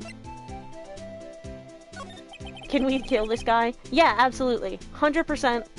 I think that we should just, like, bump into him while he's using his stupid knife to fucking shave.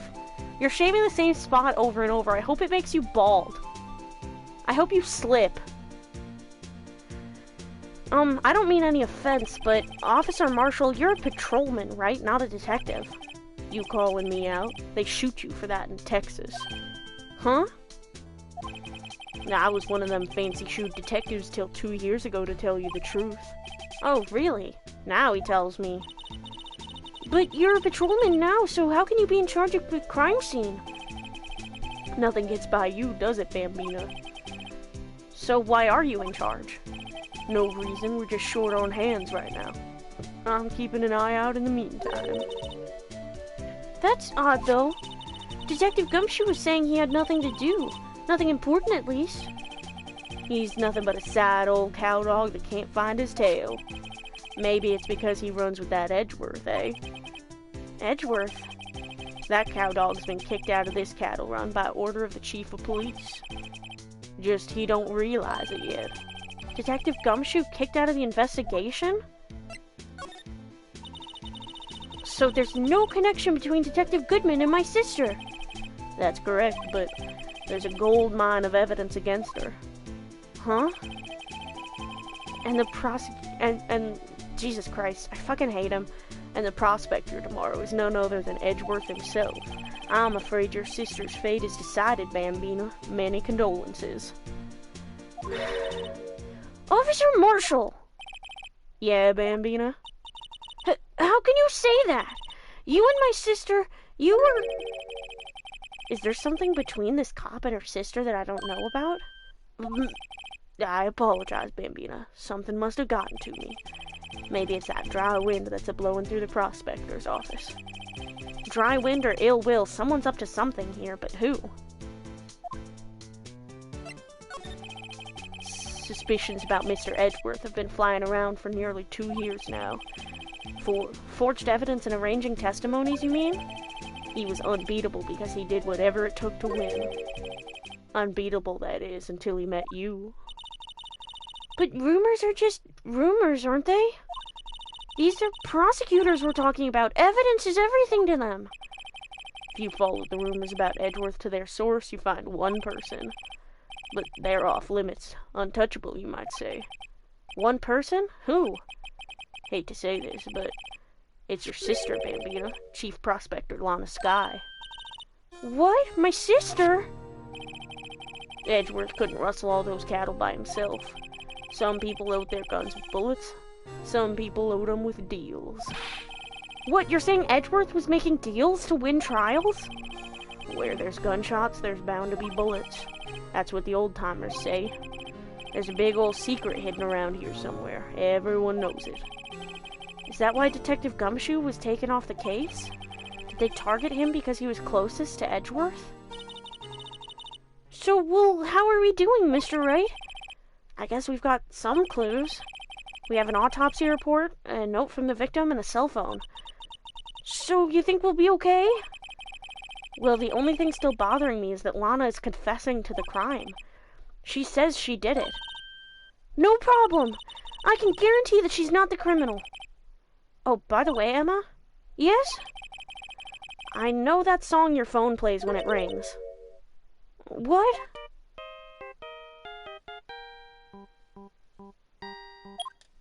Beep. It's the Steel Samurai theme song, isn't it? That popular TV show for kids? The phone that rang earlier wasn't mine. It was yours. At 5:18, just after the murder took place, your sister called you, didn't she, Emma? I'm sorry. Ooh. Juicy, juicy, juicy. Can you tell me what you talked about? She hung up right away. I see. Cell phone updated in the court record. At detective is murdered, and the suspect is the top prosecutor in the district. I've got a bad feeling about this. Like, maybe I still don't know everything that went on here. To be continued. Oh, man. I'm like... I am gagged. You're right. Like, yeah, I would love to save my progress up to this point.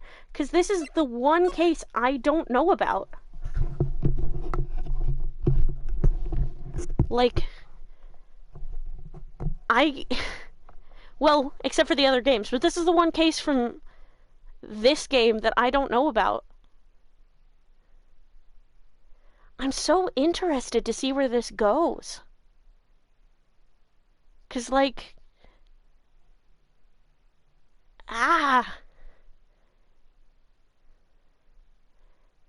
Hold on, let me look up... A rise from the ashes.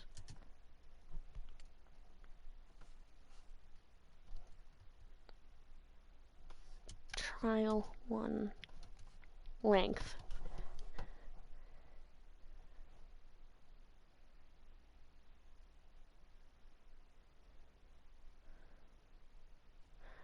Okay.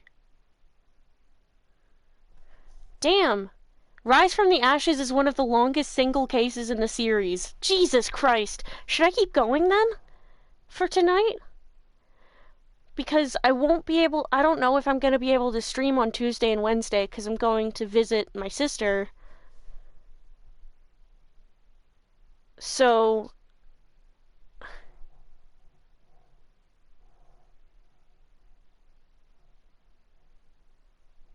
It's... Jesus. Okay, Google says that the day 2 trial takes... Oh, Jesus. Shut up, Google. Fuck. Shut up, Google. It says the day 2 trial takes 1 hour and 38 minutes.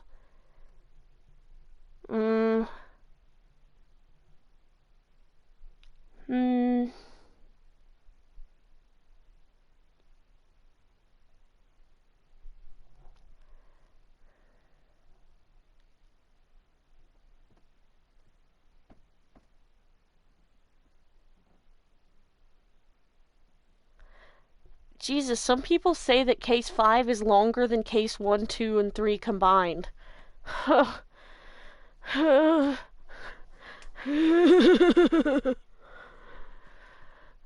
was like, wow, I'm so glad to be almost done with this Ace Attorney game. Me yesterday, finishing up Turnabout Goodbyes. I'm so glad to be done with the first Ace Attorney game and moving on to the second. We're making such good time. And I'll definitely be able to finish these up by the 16th. What day is it today? The 29th. Fuck. Ew. Maybe I keep going tonight and I try to get through... Maybe I try to be speedy. And try to get through this, case... Or try to get through this trial day. Trial former. Yeah. I'm glad I started streaming at like 8 o'clock though, because... Yeah, okay. Okay. I'm gonna take a little water break. And a little discussion break.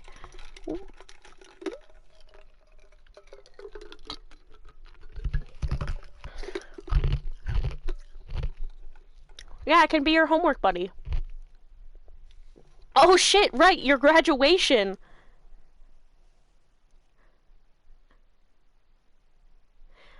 I hope that goes well, dude.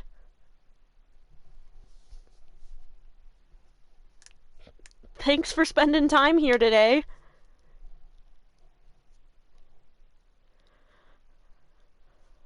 Bye, Romeo. Heart emoji, heart emoji, heart emoji.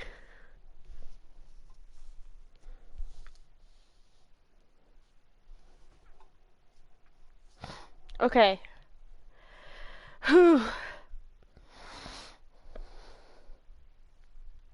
Nova, homework buddy time?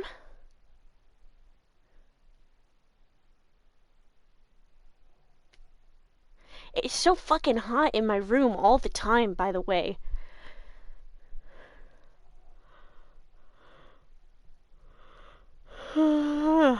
I'm not tired.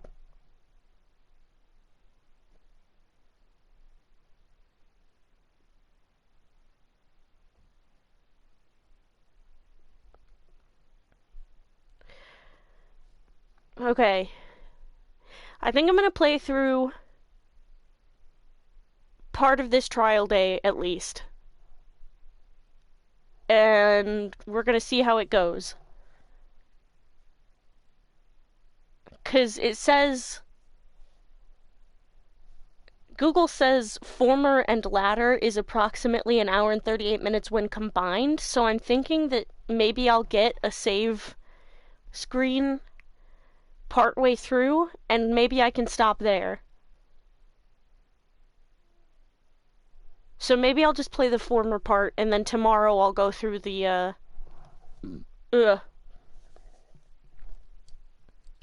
Maybe I'll go through the latter part tomorrow, and then do the investigation as well. Jesus. Okay. Whew, here we go. February 23rd, 9:34 a.m. District Court, Defendant Lobby number 2. How did the investigation go yesterday, Mr. Wright? Frankly, there are still a lot of gray areas. Rather, the whole thing is one big gray area. Don't worry about me, whatever the outcome. I'm ready to accept my fate. I believe in you, sis! Mr. Wright, let me offer you a word of advice. Yes? A defense attorney should never believe their client. Huh? The defendant is called to trial because they are suspected of wrongdoing. Never forget that. Miss Guy, you remind me a lot of Mia. But there is one decisive difference between you and her. And that is, you're not a defense attorney. I believe it's almost time for the trial. Good luck, Mr. Wright. My first trial without a Fae helping me. No one's going to bail me out this time. Oh god, that's so scary! We don't even have the Mia safety blanket! I'll be alone in there. So I have to discover the truth all by myself. Let's do it, Mr. Wright! I'll be there with you the whole way! Mia X Lana makes me ill. Yeah, it's so there. Oh god. February 23rd, 10 a.m. District Court, Courtroom number 9. Court is now in session for the trial of Miss Lana Skye. The defense is ready, Your Honor. The prosecution has been ready for a while, Your Honor. Edgeworth. Right. Edgeworth. Right. It's been 2 months, but I haven't been in a courtroom since his trial. I hope that personal feelings will not be a part of the proceedings today, Mr. Wright. I will choose the path I think is right, regardless of what those around me might say. The judgment to be made here is in our hands, not those of anyone else. Very well, Mr. Edgeworth. Your opening statement, please. Husband yearning during wartime, I fear. For fucking real. Chief Prosecutor Lana Skye has committed an unpardonable crime. Not only this, but she was rash enough to commit it in the prosecutor's office lot. Wow, he's much more forceful in person. And I suddenly feel like confessing to everything. However, she will now pay for her rashness with her life. There was a witness to her crime. A professional witness. Well then, call your first witness, Mr. Edgeworth. The prosecution calls its first witness, Miss Angel Starr, to the stand. The cough-up queen?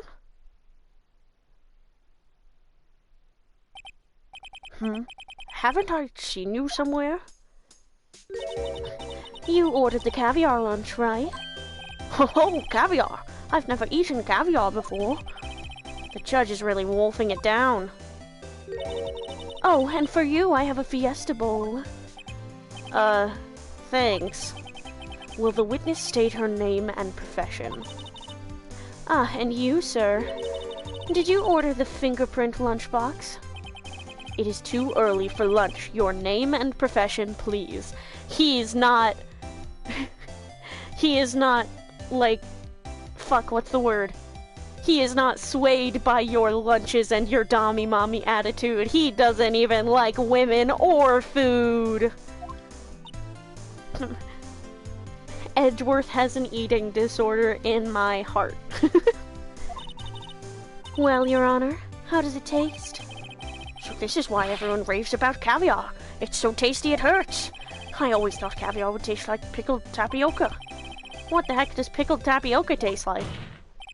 Name, profession, now. Me?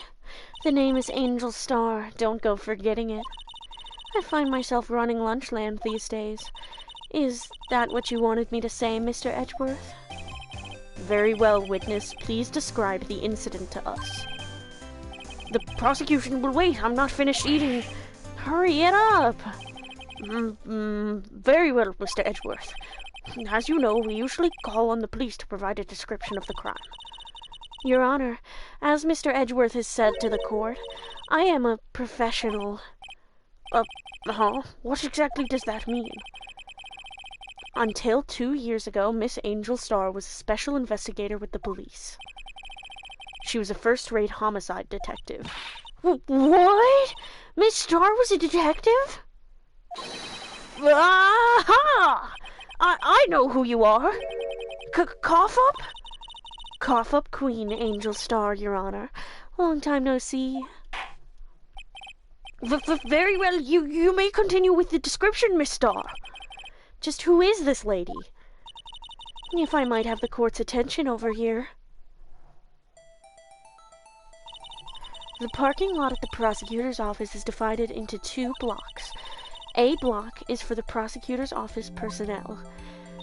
B block is for visitors and clients. A chain divider separates the 2 blocks. I suppose that's to keep visitors from taking up prosecutors' spaces, yes? The crime took place by a car in the back of A block, in the car's trunk. The killer stabbed the victim with this knife and went to drive the body out. Unfortunately for her, there was a witness, and an arrest was made on the spot. And who was this valiant witness? Why, it was me, Your Honor. Parking lot floor plans added to the court record. Witness, did you see the very moment of the crime? Of course, Your Honor. Immediately after that, I apprehended the chief prosecutor. It seems rather cut and dry, doesn't it? Well, Mr. Wright? I can't agree on principle, Your Honor. It seems that some poor losers are unwilling to accept the truth, Your Honor. Shall I proceed to crush what little hope they have remaining? If you can, then give them your worst, Miss Starr. Wait, are they talking about me? I'm not gonna lie, she serves. I suppose, but I tend to not like the Dobby Mommy characters. It's just a personal sort of grudge. I'm just not into it. Witness's account. Somehow I always knew a day like this would come. I was on my way to deliver a lunchbox to my boyfriend when I sensed something. Perhaps it was my finely honed detective's intuition at work. Through the wire fence, I saw the chief prosecutor standing next to a garish car.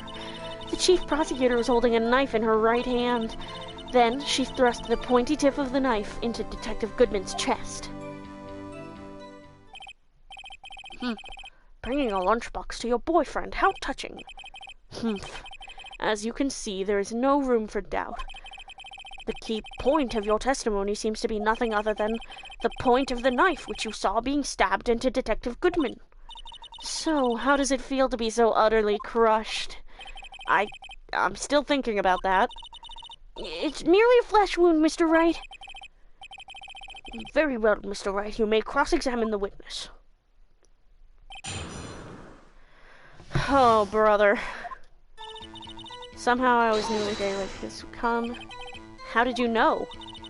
I respect the prosecutor's basic abhorrence of crime, yet their methods are ugly and twisted. Twisted methods will always lead to tragedy. The lunch lady's uninformed opinion is duly noted. Given that they are used to erasing inconvenient evidence at their whim, killing off a detective that knew too much is merely an extension of that. She fucking hates prosecutors! Miss Starr, do you have something personal against prosecutors? I felt that I had found my dream job when I became an investigator, and if I hadn't been laid off by those prosecutors over there, I'd still be one. Laid off? She was fired. To me, prosecutors are nothing more than worms. That said, I am a pro, as you know. My testimony is unbiased and flawless. Very well. You may continue, Miss Starr. I was on my way to deliver lunchbox to my boyfriend. This boyfriend, he's the detective? Not that boyfriend, the security guard. That boyfriend? You have several? Yes. This boyfriend, that boyfriend, and the other boyfriend. Care to join? Okay, that kind of slayed. The yet another boyfriend position is still open for applicants. I'll stick with the lunches, thanks. Note to self, the judge had to think before replying. The security guard room is in the lot, in A block.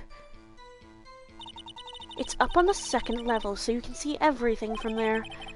That would be the room with the security sign. Incidentally, did you bring your lunchboxes by car? Since I'm a visitor now, I parked in B block.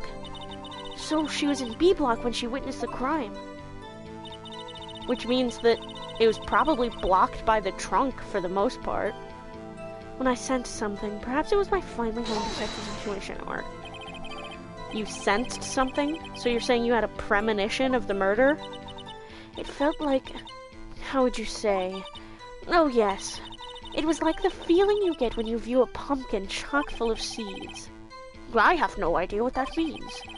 Speaking of a detective's intuition, wasn't the victim Mr. Bruce Goodman also a detective?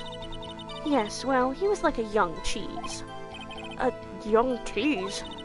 A pale white cheese, not yet tangy with experience on the streets. A greenhorn.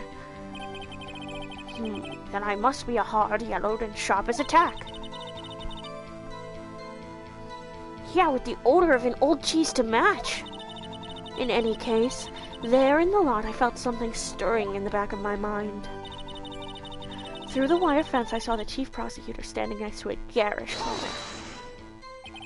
By garish car you mean... Mr. Edgeworth's car, yes. Mr. Edgeworth's? Incidentally, the knife with which the victim was stabbed was also Mr. Edgeworth's, wasn't it? Indeed it was. What an odd case this is. The person you saw, you are sure it was the defendant? I saw her from no further than 30 feet away. I am certain it was her. She's telling the truth, we're doomed. Let's just do what we can. Even if we don't have any proof, we can always nitpick. Witness, in your testimony you clearly stated the following. Prosecutors are nothing more than worms. Ergo, you are a biased witness. You might want to keep those silly opinions to yourself in the future, rookie. Huh? Rookie? Unless you're willing to risk the consequences of doubting me. I'll fry you like a fritter, crispy on the outside, chewy on the inside. That was inspiring. I believe I've heard that tagline elsewhere. You could cry plagiarism? I may be relegated to the lowly post of lunch lady, but my instincts are honed.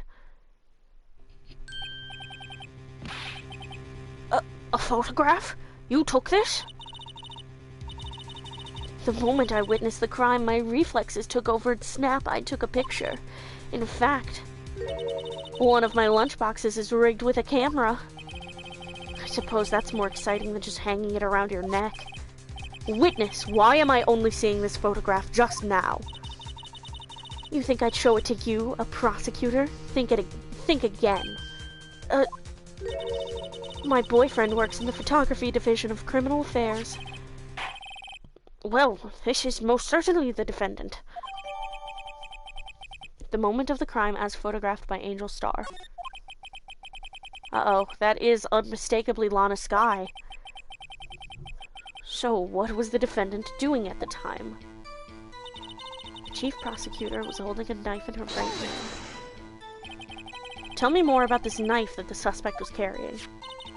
Well, I'd say the blade was about 4 inches long. Is that right, Mr. Edgeworth? It is your knife, after all. Yes, that's about right. Prosecutors are, by nature, well versed in the location of a man's vital organs. I'm sure it was easier than boiling an egg for my egg salad surprise set. You can't testify as to her ability to kill an egg. I mean, a person. Perhaps a chicken salad set would have been a better metaphor. So the defendant was holding a knife. What then? Then she thrust the pointy tip of the knife into Detective Goodman's chest. Tell the court why you didn't try to stop this crime. You did see her raise the knife to strike, no? The defense has a point. Unfortunately, by the time I realized what was going on, it was already too late. Too late? Yes. The next moment, the chief prosecutor brought down the murder weapon. I see. It's only a flesh wound, Mr. Wright. We can make it. You said that before. Anything else? Scientifically speaking, Miss Starr's testimony is flawless. Sounds pretty fatal to me. What do we do? Is this it? Is my sister guilty? Let's just keep our heads cool and press the witness a bit, shall we? For some reason, having her panicking next to me makes me calmer. Don't smile like that! Somehow, I always knew a day like this would come. I was on my way to deliver a lunchbox to my boyfriend. I sensed something. Perhaps it was my finely honed detective's intuition at work. Through the wire fence, I saw the chief prosecutor standing next to a garage car.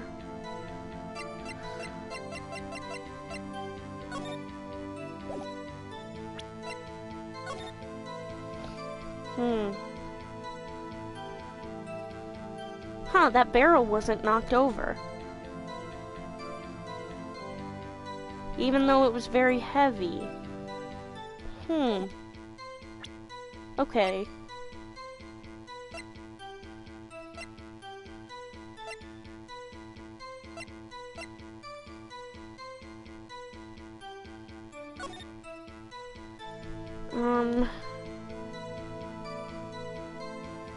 A single stab wound. Okay.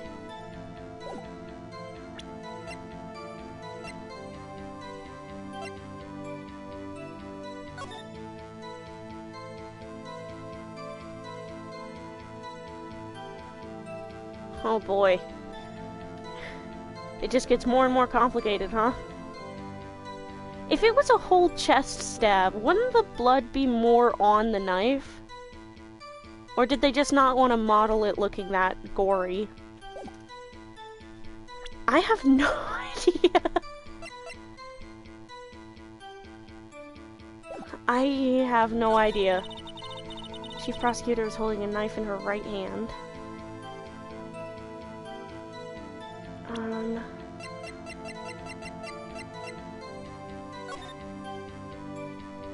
In her right hand.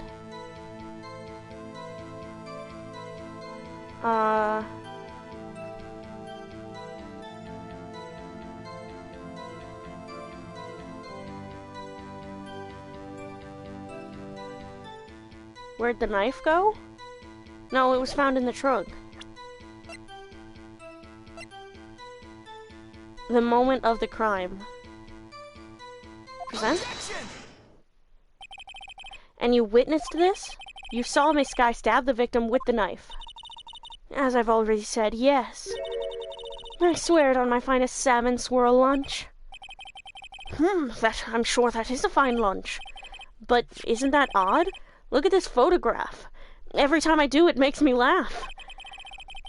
This is the photograph you took of the very moment of the crime, is it not? Then why is Miss Skye not holding a knife? Mr. Edgeworth, your thoughts? Objection.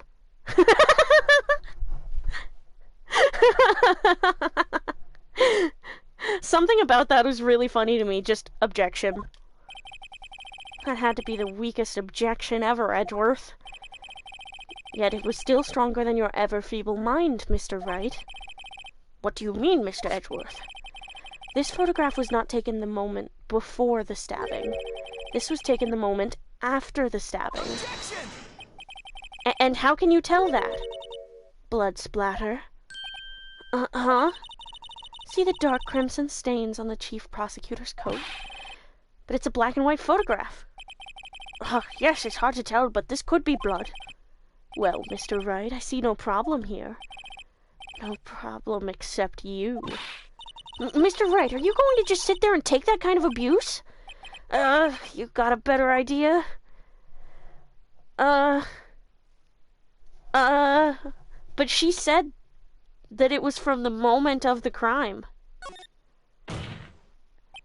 Wait, that contradicts what the witness said in her testimony. Namely, that she took the picture the moment she witnessed the crime. Well, it seems I was slightly unclear. My apologies. That's it? If you run out of lunch, you order seconds. Problem solved. If you don't like it, try ordering the jumbo-sized lunch from the get-go. Good advice. I'm not sure I understood it, but good advice. I didn't have time to stop her.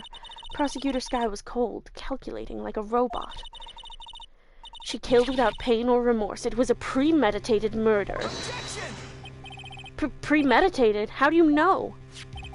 Look at the chief prosecutor's hands in that photograph. Well, are those gloves? Surgical gloves made of thin rubber, most likely. Why would she have those on? If it was not premeditated, she would not be wearing those gloves. Whoa! Edgeworth caked up as usual. These gloves do seem to tell a tale of premeditation. Premeditated murder, a serious offense. Witness, add this to your testimony. The murder was planned. The rubber gloves prove it. Hold on.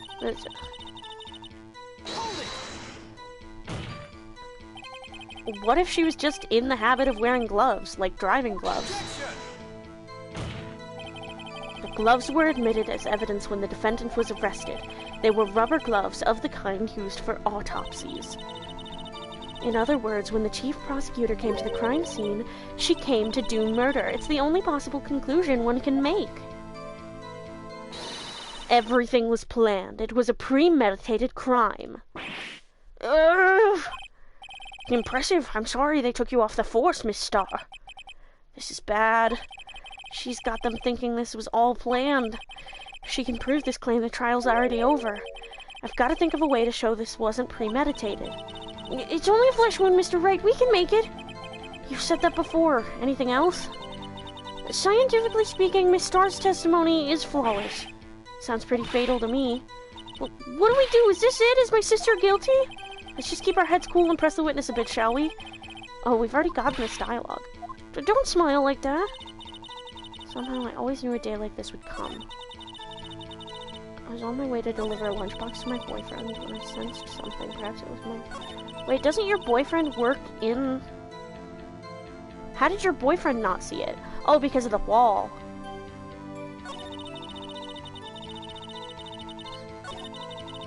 In a wire fence, I saw the chief prosecutor saying, Bruno's plan, the rubber gloves prove it.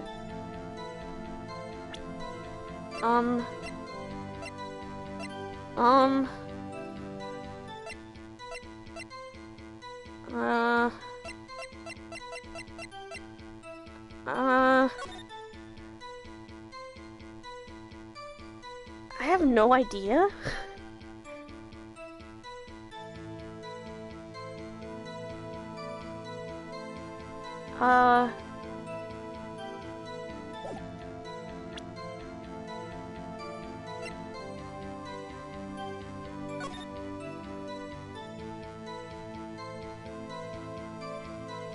Whose coat is that, dog?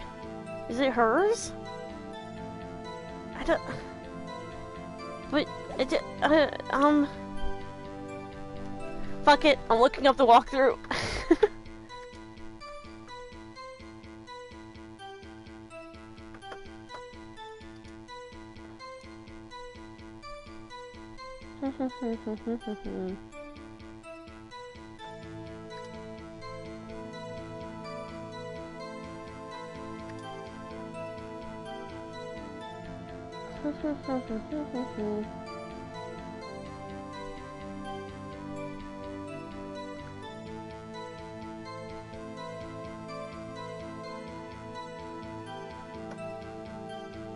Oh, okay. Okay. Okay. Take that. Witness, do you know what this is? Are you trying to test me? I sell lunchboxes for a living, you know. That's a knife. The knife. The knife that was in Mr. Edgeworth's trunk. Indeed, it is my knife. What's with this case? With a bloody murder weapon and a red cover, all belonging to the prosecutor there. The defendant is the chief prosecutor for the district, right? Mommy, are prosecutors bad people? The defense has a request. We ask that the witness provide an accurate testimony. What's that, rookie? In your testimony, you stated that Lana Skye planned this murder, and that's why she was wearing those special gloves. Seems like a natural conclusion to me. In reality, bro would never get to try this case. Oh, man. Oh, you mean Edgeworth would never get to try this case?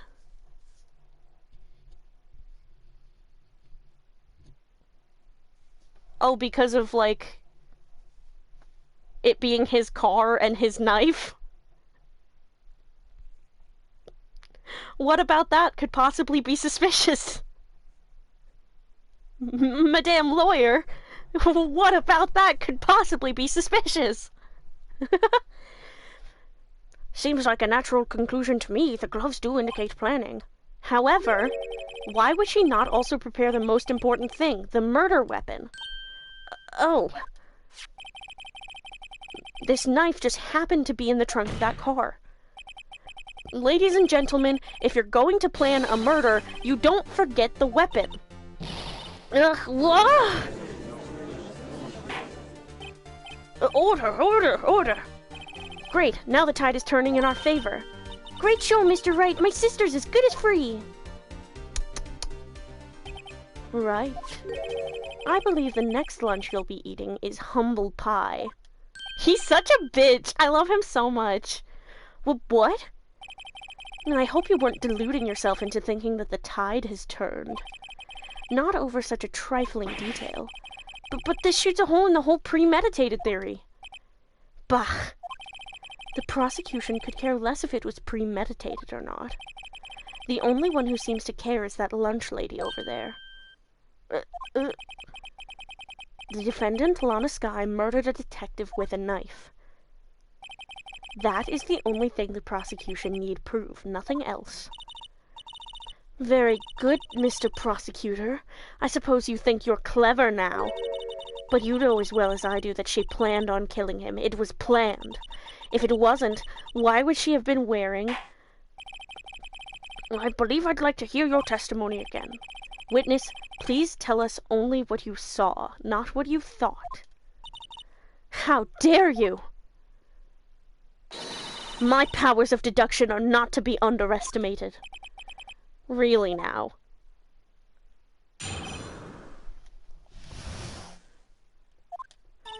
Lana Skye intended to murder Detective Goodman. That's why she called the victim all the way to the prosecutor's office. I'm sure the chief prosecutor had a grudge against the victim. Nothing else could drive that human machine to plunge the knife in again and again. Guess what, bitch?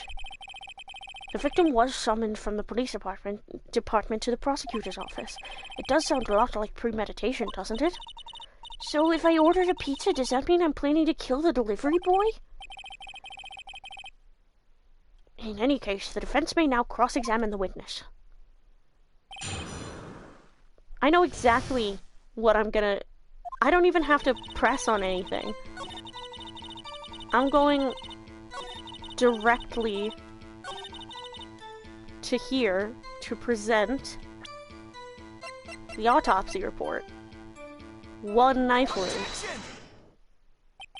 You say she stabbed him again and again, but you couldn't have witnessed that. Are you testing me? Then I'll test you. With my moss surprise.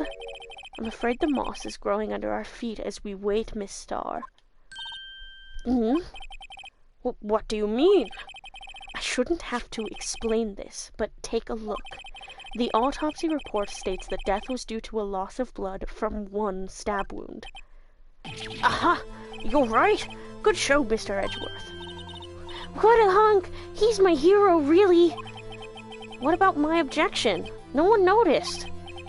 Well, witness? You've got the crime scene set, right? Oh, thanks. I always believed that no one could ever mistake ketchup for blood, but now I realize that such mistakes are possible. So, you're saying you mistook something for blood? When she lifted her knife, I thought I saw blood at her breast. Spattered blood from her victim. That's why I thought she must have stabbed him at least twice. Then tell us what you saw that you thought was blood. Testify. Her red muffler looked like blood to me. That's how ghastly the whole scene was. Her red muffler? Yes, like a scarf. The chief prosecutor always wears one around her neck, so she can be easily hanged at a moment's notice, I suppose. She's right. This guy was wearing a red scarf, wasn't she? But wait, isn't it odd that you mistook that for spattered blood? Well, people often mistake my beard for a bib. Judge with a bib. That's why this place feels so much like kindergarten sometimes. Honestly true. Actually, I do think I saw some traces of blood on her chest. However, the autopsy report is clear on this matter. There was only one knife wound. Apparently, Miss Starr isn't entirely sure of her own testimony. Mr. Wright, this is our chance! Chance for what, I wonder? Miss Starr has turned out to be as short-tempered as she looked when we met her. Challenging her abilities as a detective really set her off. The short wick burns out the fastest. It's a scientific fact. I wonder, wouldn't it depend on the size of the candle? I mean, add more wax and even a really short wick will burn longer. Obviously, more scientific testing is required. Lana Skye intended to murder Detective Goodman. That's why she called the victim all the way to the prosecutor's office. I'm sure the chief prosecutor held a grudge against the victim. What kind of grudge? Well, I wouldn't know that. Of course you don't. That's because she didn't have a grudge. Rookie. I have a lunchbox here. Now, what's inside? How am I supposed to know? See, we agree there is a lunchbox here, but we don't know what's inside. A person's life is like a lunchbox with pretzels, don't you agree? I get it. That's why my lunch was so salty. This judge isn't very good with metaphors. The suspect had a grudge against Detective Goodman. Will you tell us your basis for thinking this? It's simple. Her red muffler looked like blood to me. That's how ghastly the whole scene was. Okay, that's why she called the victim all the way down to the chief prosecutor's office. Okay, you have no proof that Miss Skye called him there. You have no proof that she didn't. Mr. Edgeworth, thoughts? There is no record of a call made on the defendant Miss Lana Skye's phone. She might have written him a letter. Come on, you could have tried public phone first at least. In any case, the victim came to the prosecutor's office where he was murdered. I'm sure he had a reason to be there. Witness? Why do you think it was the suspect who summoned the victim that day?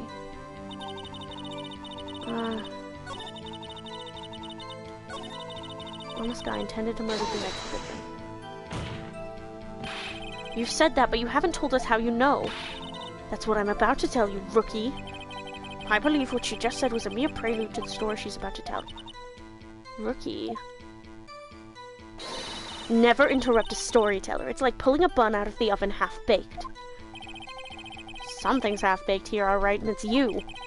Try not to confuse the defense witness. They're not very quick on their feet. Now, why did you believe the suspect had intentions to murder the victim? Her actions speak for themselves. That's why she called the victim all the way down to the prosecutor's office. I'm sure the chief prosecutor had the gut. Muffler looked like blood to me. That's how ghastly the whole scene was.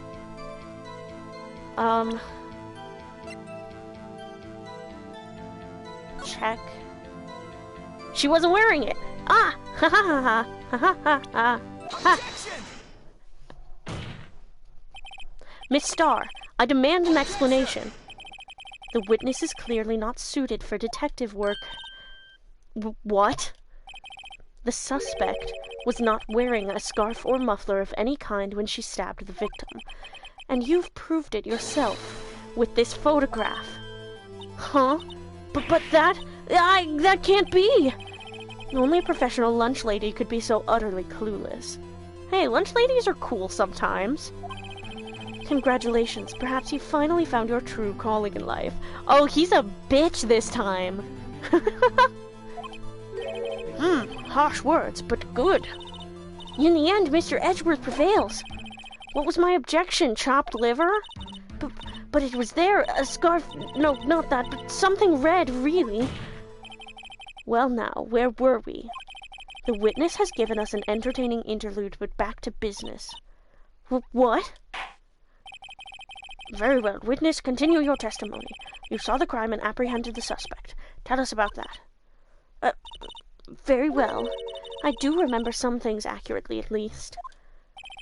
Ultimately, we couldn't shake the most important part of her testimony. The most important part? The part where your sister stabs the victim. This next testimony might just be the moment of truth. Apprehending the suspect. After the murder, the suspect attempted to run behind a partition off to her side. I quickly caught her, explained her rights to her, and arrested her on the spot. Ah, yes, when I arrested her, she mentioned the muffler. That's what had me confused in my earlier testimony.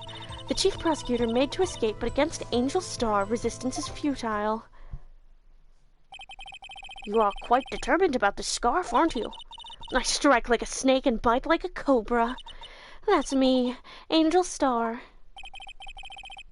That wasn't a very good metaphor. First of all, a cobra is a kind of snake. Don't bother me with details unless you want to get bitten. No thanks. Note to self, Mr. Wright is weak against poisonous snake bites. It would be venomous. Note to self, Mr. Wright is kind of a fucking nerd. But so am I. So we're kindred spirits. The chief prosecutor tried to resist, but her efforts were in vain. She knocked my hands aside, kicked over an oil drum. An oil drum? Hard to imagine. Oh, she's beautiful, but deadly. A predator, this one. A leopard woman. Rawr. Very well. Mr. Wright, your cross-examination, if you will. Okay. After the murder, the suspect attempted to run behind a partition off to her side. So where is this partition on the floor plans? I'm sure she means this wall next to the car. That's right. There was a wall there, about 6 feet high. She was obviously trying to hide herself. Quite a natural thing for a criminal to do. And what did you do then? I quickly caught her, explained her rights to her, and arrested her on the spot. You say quickly. Were you close to the suspect? As I just said, I was only 30 feet away from her the whole time. Maybe I should press her for more details? Yeah, press. I'd like to see this on the floor plans, just to be safe. The Lunchland car was... She was a visitor, thus she was parked in B block. So you witnessed the murder from here? That would make it about 30 feet from the car, yes? Is that correct, Miss Starr? Yes, that's right. But there was a chain link fence in front of you. I went over it, of course. Amazing, the cough-up queen lunch lady athlete indeed. It would have taken her a little time to climb over the fence, so she couldn't have gotten to my sister that fast. Yeah, that fence was about 9 feet high, too. So how did Miss Skye not get away? When I arrested her, she mentioned the muffler. She mentioned the muffler? What exactly did she say?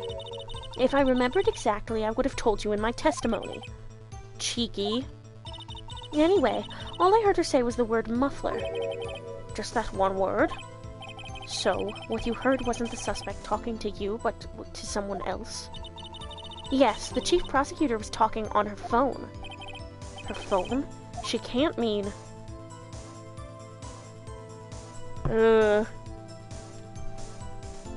Ask further?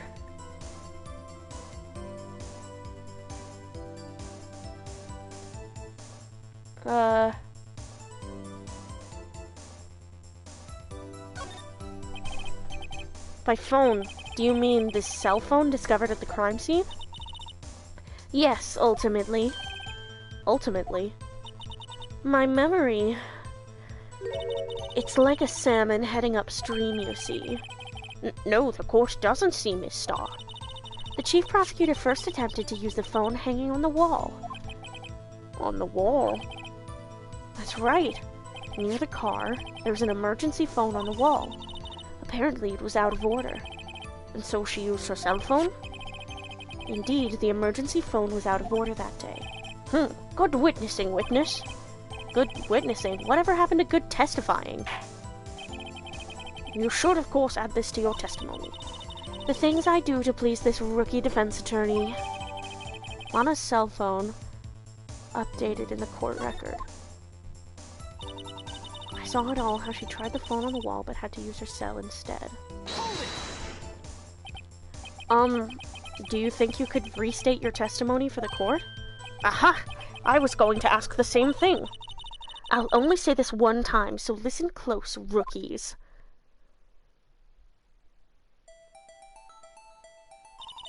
The chief prosecutor stabbed the victim and ran behind the partition. Then she picked up the emergency phone on the wall, but it was out of order. So she pulled out her own cell phone out of her pocket. And during that time, you climbed over the chain link fence. Then, when I boldly grabbed her arm, the chief prosecutor hung up her phone. And you saw her doing this? What is it, Mr. Wright? I saw it all. Hold it. She made to escape? Can you be more specific? She brushed aside my hand and ran. It was a terrible sight to see, like a dollop of halard on a pâté of foie gras. I don't know. Huh? She even kicked over an oil drum at me. An oil drum? There was an oil drum lying on its side at the scene of the crime. But it's strange. What's that? If she wanted to escape, why didn't she run the other way? The parking lot entrance. That's right!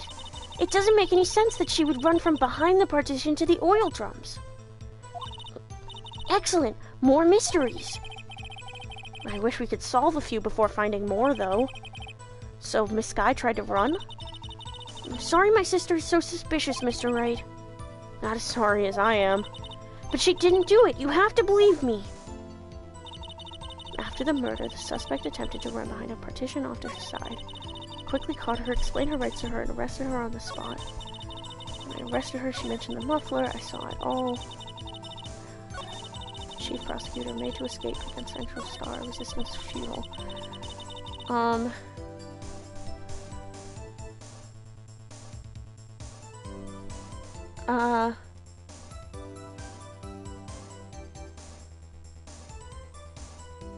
If Angel had witnessed the crime from where she claimed she was, she would not have seen Lana use the phone. Yeah, okay. I saw it all, she says. Okay. Objection! Yes, okay. Miss Starr, I have to conclude that you have a personal grudge against Miss Lana Skye. Objection! The witness is a former detective.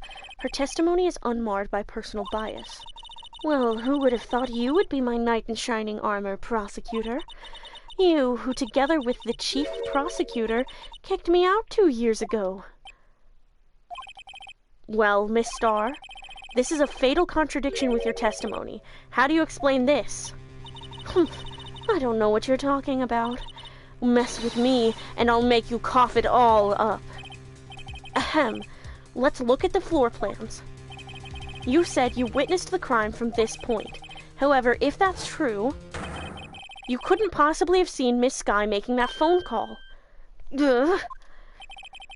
I believe you see what I'm getting at.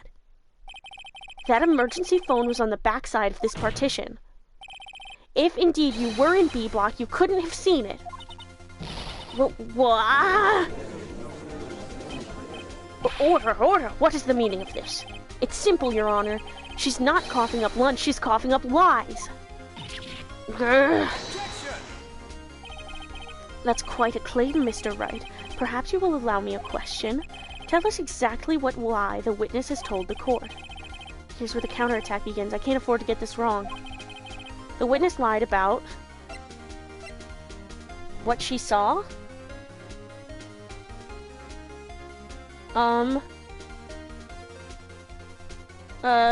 Where she saw it. Miss Sky tried to use the emergency phone, but it was out of order. What is significant about this fact? Nothing. Therefore, it would be pointless for Miss Star to lie about it. Pointless to lie. I see. But say the witness did actually see Miss Sky using the emergency phone. It would mean Miss Star witnessed the crime from a different location. A different location? Now that's a pointless lie if I ever heard one.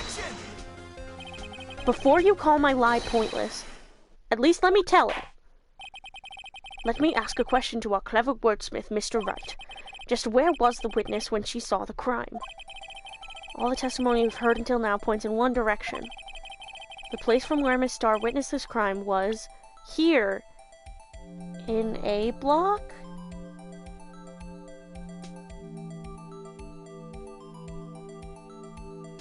Oh! The security room. Present. This is the only place where she could have been. The security guard room. Indeed, the security room in the underground parking lot is well positioned. It's built on the second floor so you can see the entire lot. She would have been able to see the emergency phone from there. But why there? There are many other places where she could have seen the phone. Not in this case, Your Honor. The witness, not being part of the prosecutor's office, couldn't park in A block. The only place where she could have seen the crime and the back of the partition is here. Remember in your testimony, you said you brought a lunch to your boyfriend in the security guard room, yeah? Well, Miss Star? Ugh. How many years have I been getting the better of men? To think that the tables could be turned. Today a man got the better of Angel Star. Order! Order! Witness! What have you done? You used to be a detective. You should know better. I'm not turning back. The guilty will be punished, and I'll do what I must to make sure justice prevails. The guilty? She talking about Miss Sky? Mr. Wright, doesn't this strike you as odd? Why did Miss Star lie? It doesn't make sense. Huh? She could have just said she saw the crime from the security guard station. It wouldn't change anything. Exactly. This photograph tells all. It was the defendant who stabbed the victim. That truth still stands. It still stands? I disagree, Mr. Edgeworth. What? If a witness is found to be lying, they're guilty of perjury. She knows this. She wouldn't risk that without a good reason. So tell us what her reason was, Mr. Wright. Huh? Me? Who else? Mr. Wright, let's review what we know. Miss Star witnessed the crime from the security guard station. She lied and said she saw it from B block. It must make a vital difference, but what? What would change? Distance to the crime? Yeah, because it changes the distance between her and the scene of the crime.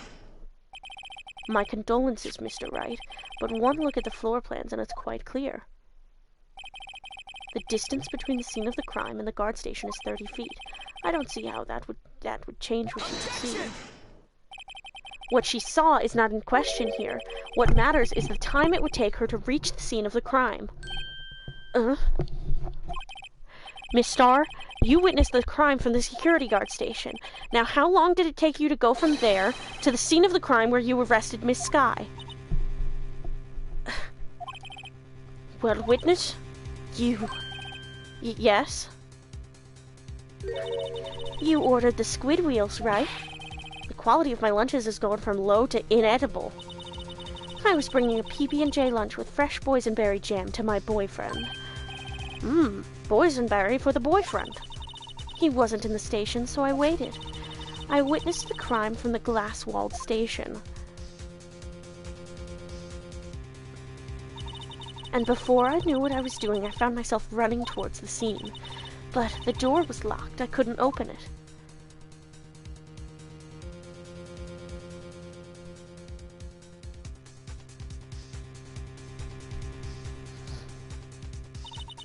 That's why I had to go through the visitors' parking in B block.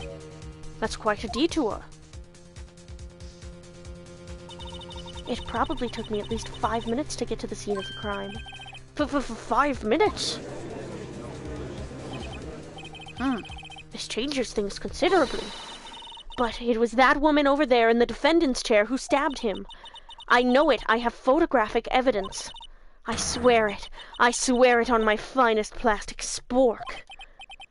You have a point, and the spork is a wonderful invention.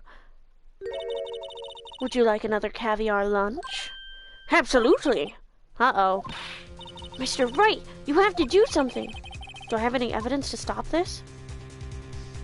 Raise an objection. Objection! Yeah, because Lana would have had a chance to run. 5 minutes between the witnessing of the murder and the arrest. Think about it. You could make pasta in that amount of time. If you like it al dente. I've got lunchboxes that tie pasta into knots, rookie. A 5-minute blank. Isn't that strange? Strange. If you were a criminal, what would you do with 5 minutes, Your Honor? Well, I guess I'd flee the scene. Hey! Don't get the wrong idea. I didn't kill anyone. But you have the instincts of a killer. You would run. But this time was different. Miss Skye dawdled at the scene of the crime. She even had her picture taken. No true criminal would act this way. It's inconceivable. Yeah! Well then, it seems we've come to the end of this testimony. The witness has a grudge against the defendant and a blank in her testimony. Ugh. Mr. Edgeworth, is the next witness ready to go? Unfortunately, I appear to have overestimated this witness on account of her professional history. Did it! We screwed that can shut, Mr. Wright! That was too close. I'm afraid that the cough-up queen has been dethroned. And with that, court is adjourned. Hold it. Hold it! Mr. Edgeworth, you ordered the squid wheels, right? That's the one she tried to foist off on me. I prefer to not take the defense team's leftovers. Anything else to say? I might be able to save you. I have decisive evidence. What was that? Is this another one of her trick lunchboxes? My apologies, but we have no further questions to ask of you, Miss Starr. Is this your jumbo lunchbox? Woohoo! A triple-decker! Out of deference to the witness's determination, I'll allow one more testimony. Let's hear about this decisive evidence. Like the Lunchland motto says, you won't be disappointed. What's she going to pull out of her lunchbox this time? Decisive evidence. I should have mentioned those 5 minutes when I wasn't looking at the crime scene. And now, to the matter of the victim's shoe. Did I not bring this up? 2 types of blood were found on this shoe. One was, of course, the victim's, and the other blood type matched that of the defendant, Miss Lana Skye. This shoe proves it. It's flawless, decisive evidence. What? There was blood found on that shoe? Try Lunchland for all your lunch and decisive evidence needs. Witness, what's the meaning of this? Why is this the first time I've heard of this evidence? Simple. As I've already said, I don't trust you with evidence, Mr. Edgeworth. That's why I took the liberty of investigating this myself. And you had blood tests performed? Didn't I mention I have 3 boyfriends in forensics? In any case, Your Honor, I can't accept this as evidence. What? You must know the 2 rules of evidence law. Rule 1, no evidence shall be shown without the approval of the police department. In other words, this shoe is illegal Oh, so we care about illegal evidence now? So we give a shit now? In other words, this shoe is illegal evidence, at least for the time being. Is that right, Mr. Wright? It seems so. Oh, it seems so. Edgeworth sure is celebrating. Not so fast, Mr. Edgeworth. Huh? Don't forget, I used to be a detective. As I mentioned previously, this shoe has already been tested by a member of the forensics department. As you can see, it was approved by the police department as of today. Even the general public can produce official evidence, Mr. Edgeworth. Ugh. Is that right, Mr. Wright? It seems so. Edgeworth is looking pretty sullen. You could at least study some evidence law, really. The prosecution's complaints notwithstanding, it appears that this evidence satisfies the first rule of evidence law. However, it seems you have yet another count against you, witness. Anything to ensure that the guilty are properly judged. Victim's shoe added to the court record. Very well, Mr. Wright, you may cross-examine the witness. Jesus Christ. I'm exhausted, honestly. I should have mentioned those 5 minutes when I wasn't looking at the crime scene. Why did you lie about those 5 minutes? I guess you could say I just wanted people to look at the results. The results? How many times do I have to say this? I saw the chief prosecutor stab the victim before my very own eyes. Compared to that, a 5-minute blank means nothing. Then why didn't you just tell the truth? Don't make me laugh. We're dealing with the most untrustworthy of the vile lot known as prosecutors. Falsified evidence, arranging testimonies, erasing and manipulating evidence. When you fight monsters, you need to use every trick in the book. This, when the suspect is admitting she did it? But false testimony is the most despicable crime of all, Miss Starr. Let's just get this over with. And now to the matter of the victim's shoe. Did I not bring this up? And you found this shoe at the scene of the crime? I detained the chief prosecutor and notified the police department. I wanted to make myself useful while I was waiting for the police to arrive. So, like an ill-trained pooch, you snuck off with a shoe. I was afraid someone would erase the chief prosecutor's crime. This shoe was my secret weapon if that should happen. See this fashionable basket I have here? It carries more than lunchboxes, gentlemen. I'm happy for you and your lunchbox bag, really. In any case, you removed valuable evidence from the scene of the crime. Now, tell us what you did next. 2 types of blood were found on the shoe. One was, of course, the victim's. So, you brought it to the forensics department. If you're going to submit something as evidence in court, you need it approved. To do that, evidence must be analyzed by a forensics expert. And she got away with her little coup because she used to be a detective. The shoe does appear to have bloodstains on it. Well, the man was stabbed, after all. And that blood belonged to the victim, Detective Goodman. As I said, there were 2 types of blood found on the shoe. And the other blood type matched that of the defendant, Miss Lana Sky. You can't say for sure the blood belonged to the defendant with a blood test. You claim to know something about blood tests, rookie? Huh? Well, speak up. Well... Blood comes in 4 types, A, B, O, and AB.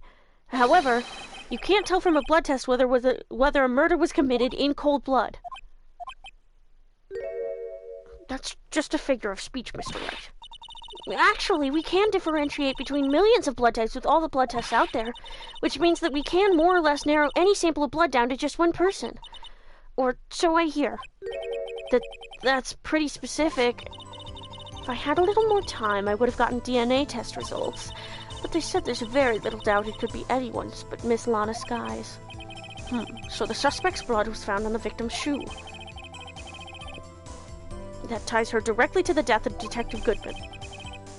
I was afraid he was going to say that. This shoe proves it. It's flawless, decisive evidence.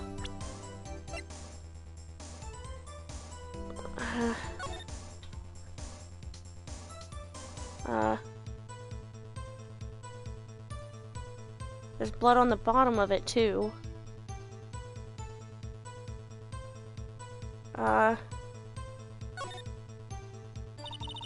This blood, it's my sister's, right?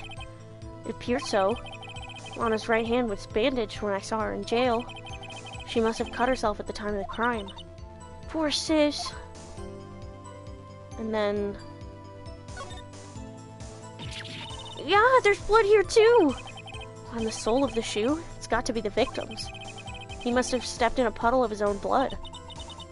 Oh, this blood, it's horrible. This blood might be an important clue. Okay. Anything else? Anything on the inside? No. Okay.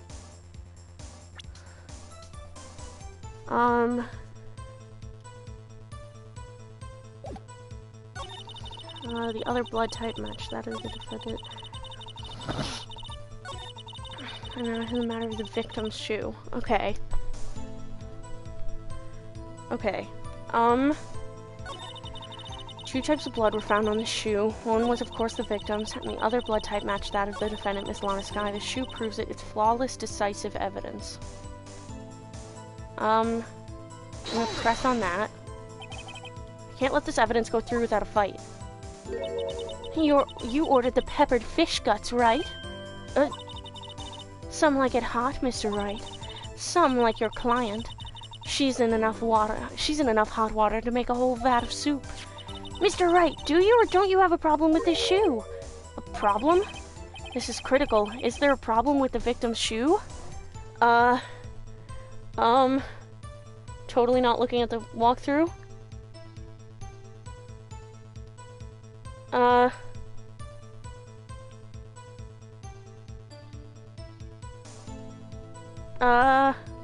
Yeah, there's a problem. If I'm not imagining things, I'd say that there is one critical problem with this evidence, a clear contradiction. That gleam in your eyes. You're still young, rookie. I'd give you a peppered fish gut now. But you couldn't take the heat, could you? Let's hear what Mr. Wright has to say. What is contradictory about the victim's shoe? Show us the problem with the evidence.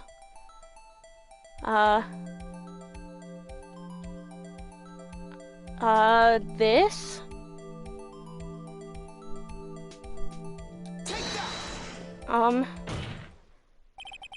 I wonder if you noticed. There's blood on the bottom of this shoe.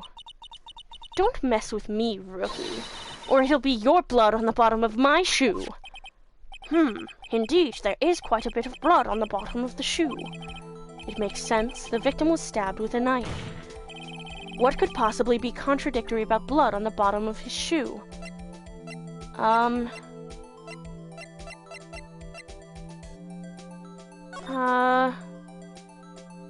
Well, there's no blood anywhere else.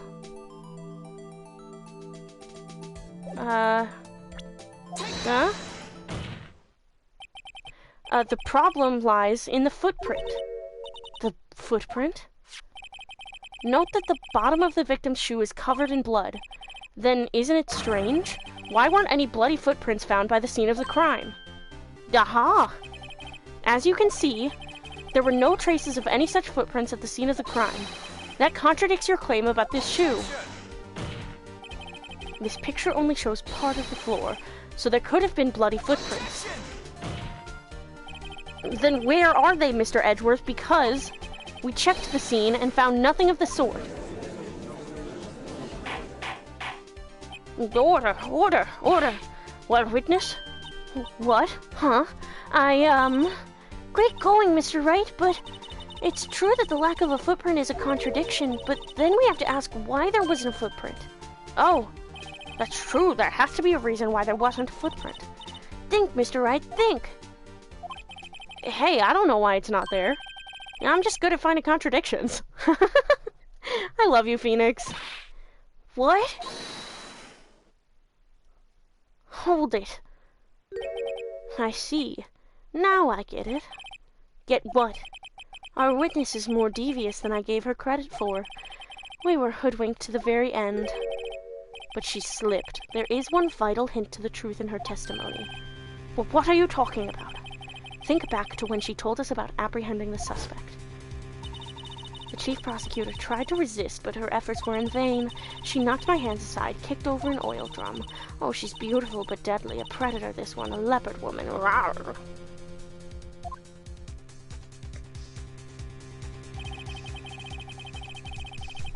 I thought that was a strange thing for the normally cool-headed chief to do.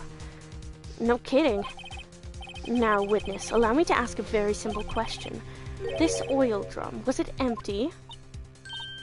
Oh, that, I'm not sure that I like your attitude, Mr. Edgeworth. Though apparently you're not the slowest conveyor belt in the lunchbox factory. Witness, well, was the oil drum empty? The oil drum kicked over by the chief prosecutor was brimming with water. Water? What does that mean? Still don't get it, Mr. Wright. Do you want to know the reason she knocked it over? The real reason? Aha! You don't mean... Yes, the suspect knocked over that oil drum for one reason and one reason alone. To erase the bloodstains that would become evidence against her. Wah! That ties things up quite nicely. The bloodstains left on the victim's shoes tie her quite clearly to this murder. Then, after the deed was done, she knocked over the oil drum to erase the telltale signs. Why, that's a prosecutor's specialty, erasing evidence. That reminds me, Miss Skye's right hand was hurt. Didn't she say she'd cut herself when she stabbed him? So that's when my sister's blood got on the shoe? Well, I see no reason to prolong this trial. Mr. Wright, do something, please! What? What can I do? Your sister has confessed to the crime, and she tried to conceal it. But... Enough. There is no need for further debate. The verdict, Your Honor. Very well. But Angel Star is on the prosecution's side. She could have been lying about the water. This court finds the defendant, Miss Lana Skye. Hold it! Little girl, what did you just say? Huh? Me? Did you say that I, Angel Star, was on the prosecution's side? Well, yeah, you are. You're saying my sister hid evidence by erasing the bloody footprints. Well... I thought you'd had your fill, but here you are demanding a second helping. Another lunchbox. A lunchbox called evidence. Wait, witness, don't tell me you have something else. The time for deliberations is past. Any further comments and you will be held in contempt of court. Your threats don't scare the cough up, Queen. Look at this. Photograph? I had it just in case anyone had the gall to suggest that the white shoe didn't belong to the victim. I see no room for error in this evidence. Mr. Wright, wait! Look at the asphalt in this photo. Hey, it's clearly wet! Erasing the last trace of doubt from the court's mind. Immediately after the murder, the crime scene was washed with water. I'm sorry, Mr. Wright. I guess I couldn't help after all. It's not your fault. I knew I couldn't win this case from the beginning. And... seems this is what your sister wanted anyway.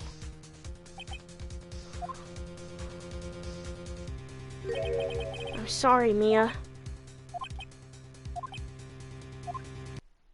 Right, wet or not. Don't be so quick to throw in the towel. Huh? Get yourself up off the asphalt. Take another good look. Don't give up. Not until the bitter end. This is the last piece of evidence. Very well. This time I'd like to declare a verdict for good. Objection! Objection! Your Honor, wait! What is it with you people? Can't I hand down my verdicts in peace anymore? Whatever it is, can it wait? No, it can't. Then it'll be too late. Look at this photograph. Every time I do, it makes me laugh. It's such a dumb bit. The last one submitted. This trial isn't over until we give each piece of evidence proper consideration. So, right. Are you saying there's a problem with this latest piece of evidence? Yeah. I'll think later. Yeah, there's a problem. Right or wrong, I've got to go ahead with this. I suppose since we've come this far, we should give every claim a fair shake. Very well, Mr. Wright. Show the court the problem in this photograph. The muffler?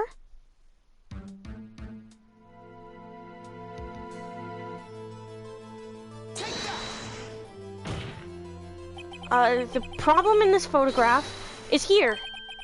What's this? There's something poking out of the car's muffler. Wait just a moment, Mr. Edgeworth. Your Honor, you just said muffler. However, I see no trace of a muffler or scarf of any kind in this photograph. A muffler is also a part on a car or motorcycle, Your Honor. Just think of it as part of the exhaust system. A pipe. I see. And I see. What's that suspicious-looking cloth sticking out of the car's muffler? Humph. So what if there is something sticking out of the muffler? What does it have to do with this case? Nothing. Absolutely nothing. Sorry, Miss Starr, but it's not going to be that easy. In fact, you've already told us why this is important to the case. You said as much in your testimony. What? Let's hear what Mr. Wright has on his mind. Tell us why you think this piece of cloth in the muffler is related to this case. Because of the thing she said?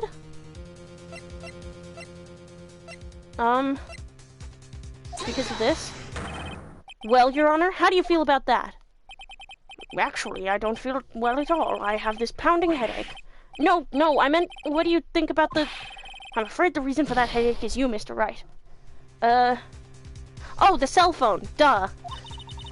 That cloth was found in the car's muffler, right? Muffler. Where have I heard that word recently? Muffler. Oh, I forgot to actually do her voice. Fuck. Let's hear what Mr. Wright has on his mind. Tell us why you think this piece of cloth in the muffler is... It's on the fucking cell phone. The word muffler was overheard during a call made to Emma at 5:18. Miss Starr, recall your testimony for the court? Ah, yes. When I arrested her, she mentioned the muffler. That's what had me confused in my earlier testimony. Muffler. Ugh. Yeah. Could it be that the muffler you heard mentioned was actually this exhaust pipe? If so, that means this piece of cloth is vital evidence. Oh, whoa.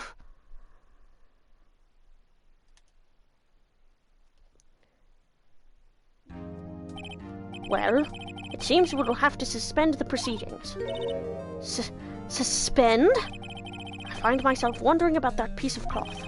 If we leave any question unanswered here, we do a disservice to the law. Have the car at the crime scene inspected at once and bring me that cloth. The verdict will wait until after we've seen all the evidence. Agreed? I suppose so. Whew. That was close. But we made it. At least for now. This court will adjourn for a 30-minute recess. It's lunchtime, after all. He's still hungry? To be continued. Oh. Okay. Alright. Yeah, I'm saving my progress. Okay, well... There's that trial done. Oh, Jesus Christ.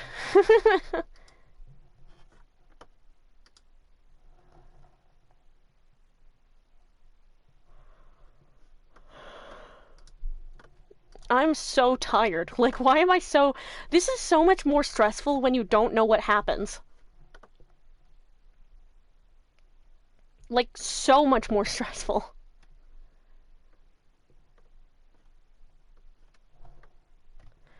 How are y'all doing? What do you think? I have, like, no idea.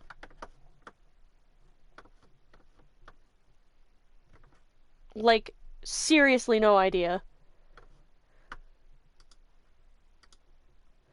I'm thinking that she, like, discovered the body, or that, like... I don't know. Like... I don't know, because he was killed... Okay. He was killed at 5:15. Edgeworth arrived at the prosecutor place at 5:12. That's his parking stub. So then why was the door, like, away from A block locked? If her boyfriend wasn't there. One of her boyfriends.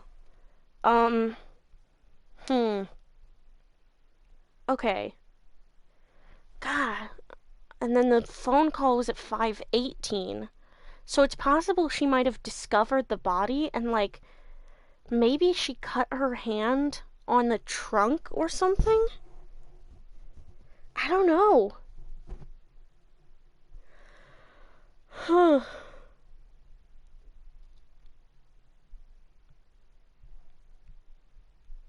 Okay. Yeah. I don't know. I guess we're just gonna have to leave this one for tomorrow. I mean, I'll be live again around 8 p.m. CST to figure out what the fuck is going on here.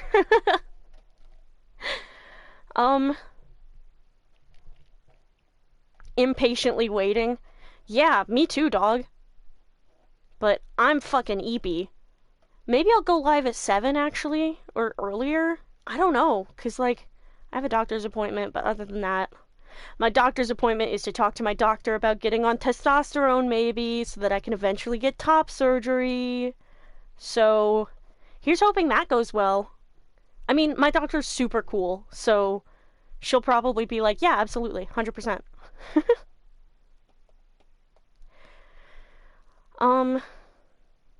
Thank you.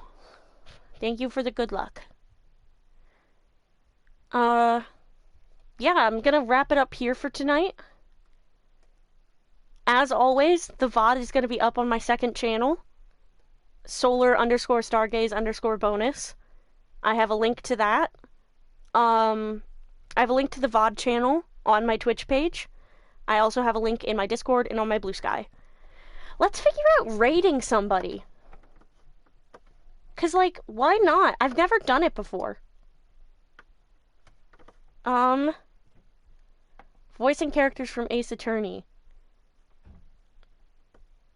Yeah, fuck it, let's raid this person. Al Zora.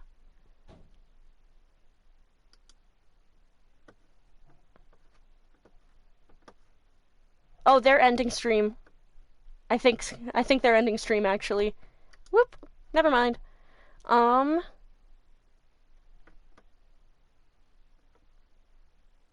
Let's raid this guy. African art.